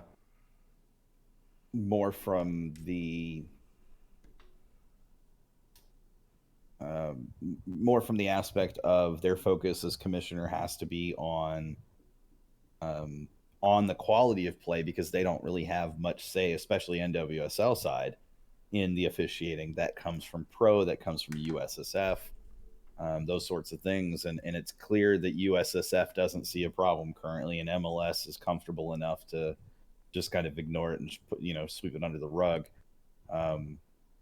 And it hasn't gotten better with VAR, unfortunately, but maybe in time it will improve. We'll see. Excuse me. But next question for you, and this is something I've been thinking about. Do you think we see, with the shift in the Dynamo front office and their consistent discussions and talk about expanding to more supporters groups? I know I've seen on Twitter, multiple places, people talking about how they want to form a group, or they want to work on helping form a group, or they're interested in joining another group, etc. Do you think we're starting to see a shift away from Texian Army and El Batallon, and maybe a shift towards new groups that are potentially forming right now? I think so. I think it's gotten to a point where people are starting to understand that maybe EB and Texian Army don't necessarily reflect the how they feel should be or how they should, their ideal supporter group. Maybe they see El Batallon as something that really doesn't mesh in well with the rest of the non-supporter groups, fans that go out there to the match. Because if you notice, El Batallon is pretty, they've struggled with getting people to go along with their chants. One, because it's obviously it's in Spanish. Number two, it's a whole different culture, that people are used to here in the United States. The only time where the fans kind of go along with it is when they go with the "Let's Go Dynamo," but that's a chant that's been around for a long time. And because if you notice that they do the "Let's Go Dynamo" and then they do the Houston chant, and very few people even follow along with it. So I think it's not more of a let's replace El Batallon or let's replace Texian Army. It's more along, hey, maybe we need to come up with something that more closely reflects the more general Dynamo fan base, and hopefully that'll attract more fans to make our supporters groups bigger and have a bigger influence and in the general fan base than EB and Texian Army are doing right now. I think that's fair. I think it's going to be interesting to see what all kind of shakes out. We've seen so much change in the approach from the front office, and plenty has been made about it by um, keyboard warriors. That it's just platitudes, that the support and fan support is never going to improve until they're a better team and until the results show it on the field. And I hope that there is a contingency, and hopefully even a larger contingency of current fans, and even current supporters who disagree with that thought entirely. That I would hope that there's a contingency of fans out there who believe that you support the team whether good or bad. You support the team no matter how much you disagree with the front office. You can protest at matches and things like that, but you don't not show up. I would hope that there's a contingency of fans out there that believe at the end of the day, you're not there supporting just one entity. You're not there just supporting Gabriel Brenner's pocketbook or his wallet, or Gabriel Brenner for that matter. You're not there supporting Oscar De La Hoya or his pantyhose, or his garter belt, or whatever it may be. You're not there supporting Ben Guil, or I can't remember the other guy's name. You're not there, supporting them. You're not just there supporting James Harden, in his ownership stake. You're not there just supporting the coaching staff, or just supporting the front office, or just supporting the players. But in reality, you're there supporting all of that. That at the end of the day, when you buy a ticket and you show up, you are telling the organization at every level that the effort that they're putting in is worth your time. And you're telling the players that the effort they're giving is worth it. And the moment that fans turn away from that, your voice becomes quieted, because now you're telling the players it's not worth it. You're telling the players you don't have to put in the effort anymore because we don't care. You're telling ownership that you don't care. You're telling the coaching staff you don't care. So how are you going to expect that this statement that you're trying to make of ownership needs to spend more money, they need to approach it differently, whatever it is, how are you going to make that apparent that that's what you're trying to say when you don't even show up to matches anymore? I mean, you kind of lose your voice in that. And I've mentioned it before. You're no longer a consumer of, a consumer of the product. And at that point, from a marketing standpoint, from a business standpoint, you're not in my database of people that I'm concerned with at that point. Now, down the road, once I've pulled in the new fans that are going to be long-term fans that are going to change and help change and improve the atmosphere in the stadium, then at that point I'll try to pull you back in. But until then, I'm sorry, you're not the one I'm targeting. Pat says Twitter talking about how Kyoto isn't at the Meet the Team event. We did talk about this a little bit earlier, Pat, right after you hopped in, so you might have missed it. I don't know for some reason, but he's not gone. Lester confirmed it a little bit later, that Kyoto, nothing is imminent. Nothing has been agreed to. Nothing is. I saw that. That's why I had to stop and kind of chuckle. But he said that he doesn't see, or he hasn't heard anything, and there's nothing in the works or anything like that. So I think Kyoto is here to stay, at least until the end of the season. We'll see after that. But I definitely think he's here through the end of the season. So I want to read that tweet, Edson, because I think it's important. So Brenner's official account, which if you're not following it, guys, is at Brenner We Trust. That's with one N because people can't figure out how to spell Brenner. At Brenner We Trust. Tweeted at Gen Orange Radio. I shall hire Edson so I can start getting this blame shifted to someone who deserves it more. I hadn't even read the whole tweet. That's pretty fantastic. Kudos to whoever made that account. That's pretty awesome. I expect good money. All right. Are you saying you're the one who started it, Edson? Was that a confirmation? No, Was that an admittance? no. I'm just saying, like, if he were to hire me, I expect good money. Just humorously enough, Jesus just posted he and his they're married, right? His wife. Yeah. He and his wife are at Popeyes eating chicken sandwiches. Really funny to see pictures of people eating chicken sandwiches on Twitter.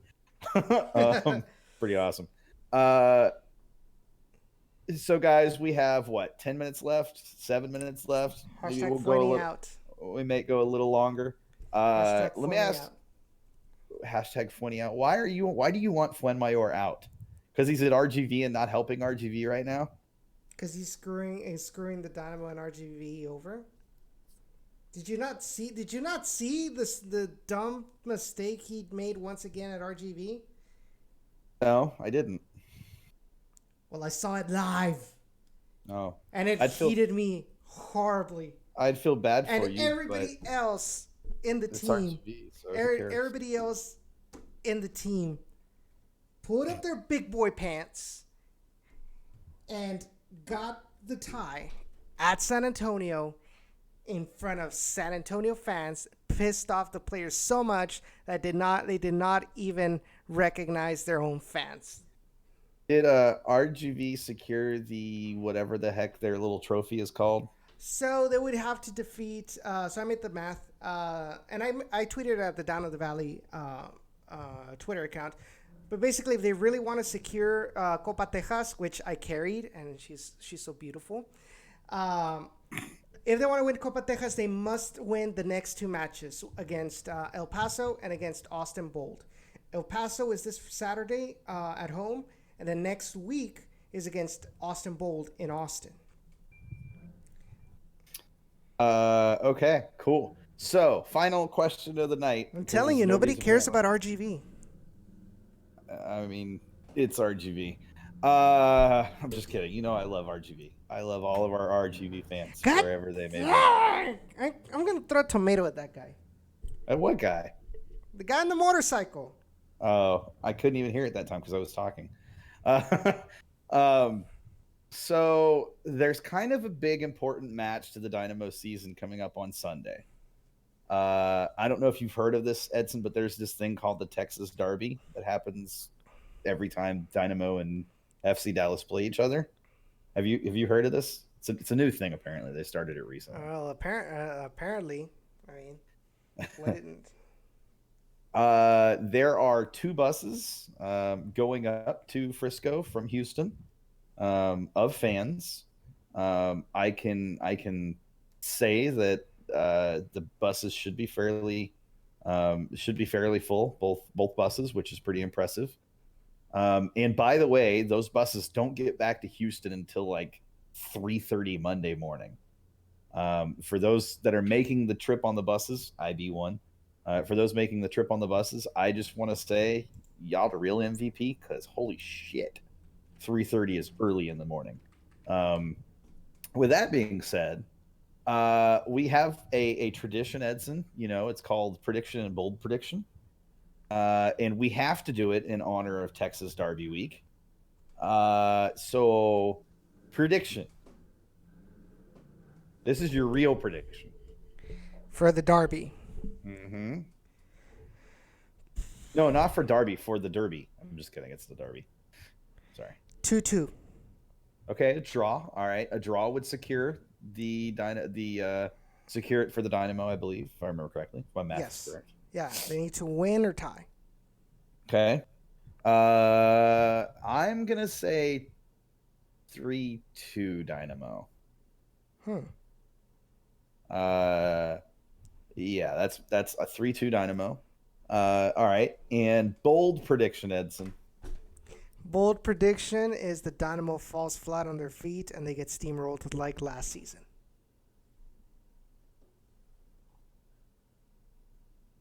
I got this, guys. Don't worry. I got this. Let's see. Where's it at? There it is.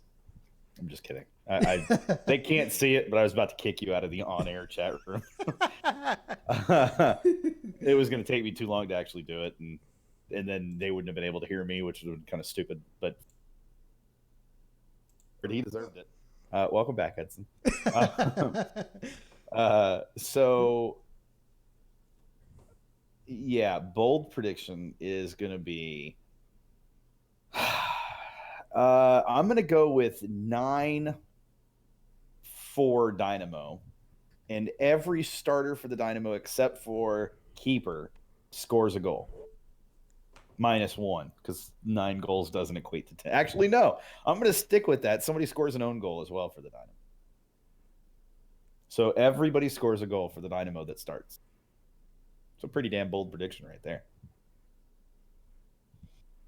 To be fair, last time I gave a negative prediction, things went quite well with RGV. But you didn't actually give a negative prediction. You gave a draw prediction. Bold prediction, negative bold prediction. Oh, okay. Is that how we're playing it? But I still think it can happen. That the Dynamo gets smashed? Yes. I mean, I think it's plausible, but I also think that I'm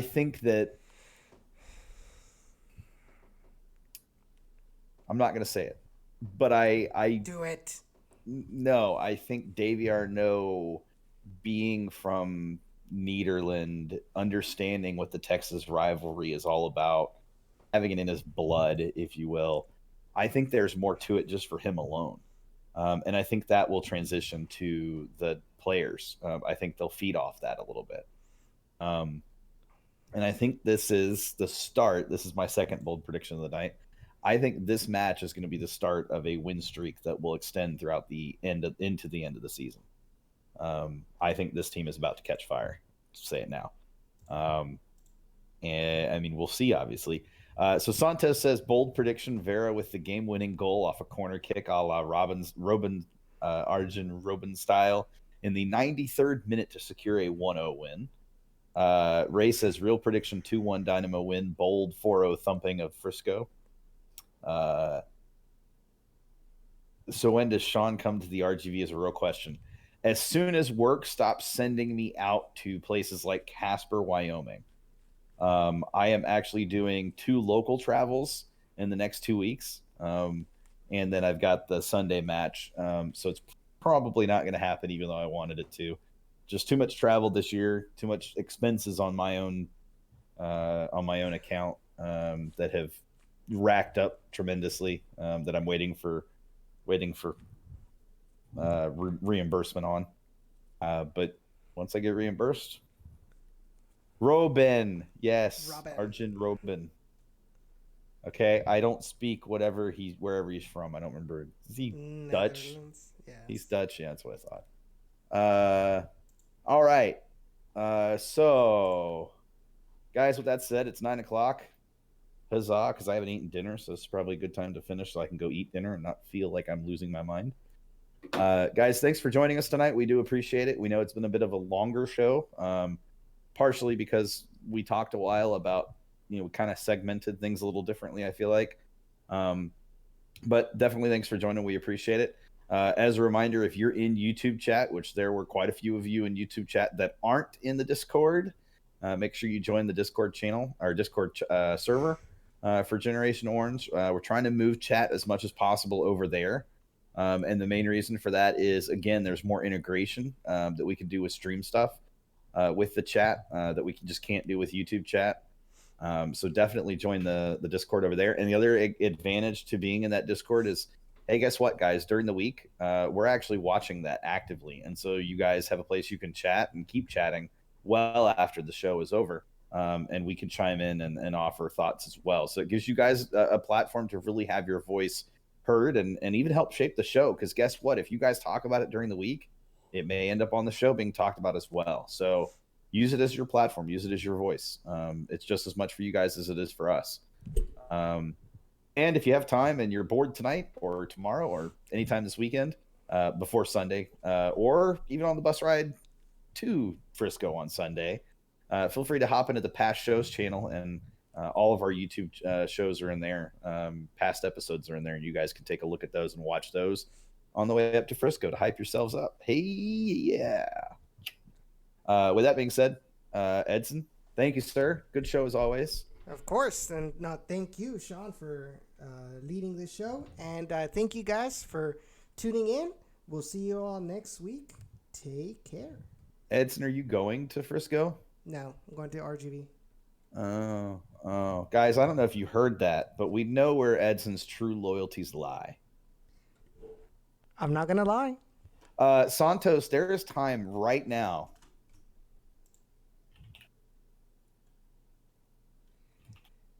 I worried because it was the first game of the year. Other than that, it's jeans and a long sleeve shirt. Wait. Didn't you just wear... I think I've seen you wear a dress shirt and a... Maybe it wasn't a dress shirt. Maybe it was a polo shirt and a pair of slacks. I don't know, something. I've seen you dressed up. When it was CONCACAF Champions League, yes. Maybe that's what it was. Maybe that's what it was. Yeah. I did wear a suit. I'm trying to see if Blues will join us in the waiting room. I was gonna... we were gonna have him on at like 8 something, but then he forgot, and I tried to get him, and he just saw it. But he's got the red thing on, which means I think do not disturb, so he's not going to see that message. So I guess it's too late. Oh, we missed Santos. That's kind of sad. I was really hoping to get him on because I know he'll bring the fire about Frisco. But hey, guess what, guys? Next week is always a new week. So again, thanks, guys. Sorry for the weird end of the show. Have a good night, guys. We'll see each Yep. other next week. Have a good one. And Duck Phallus. Hashtag Duck Phallus. Blame Edson. Hashtag We Are Gen Orange. And do our part. Have a good night.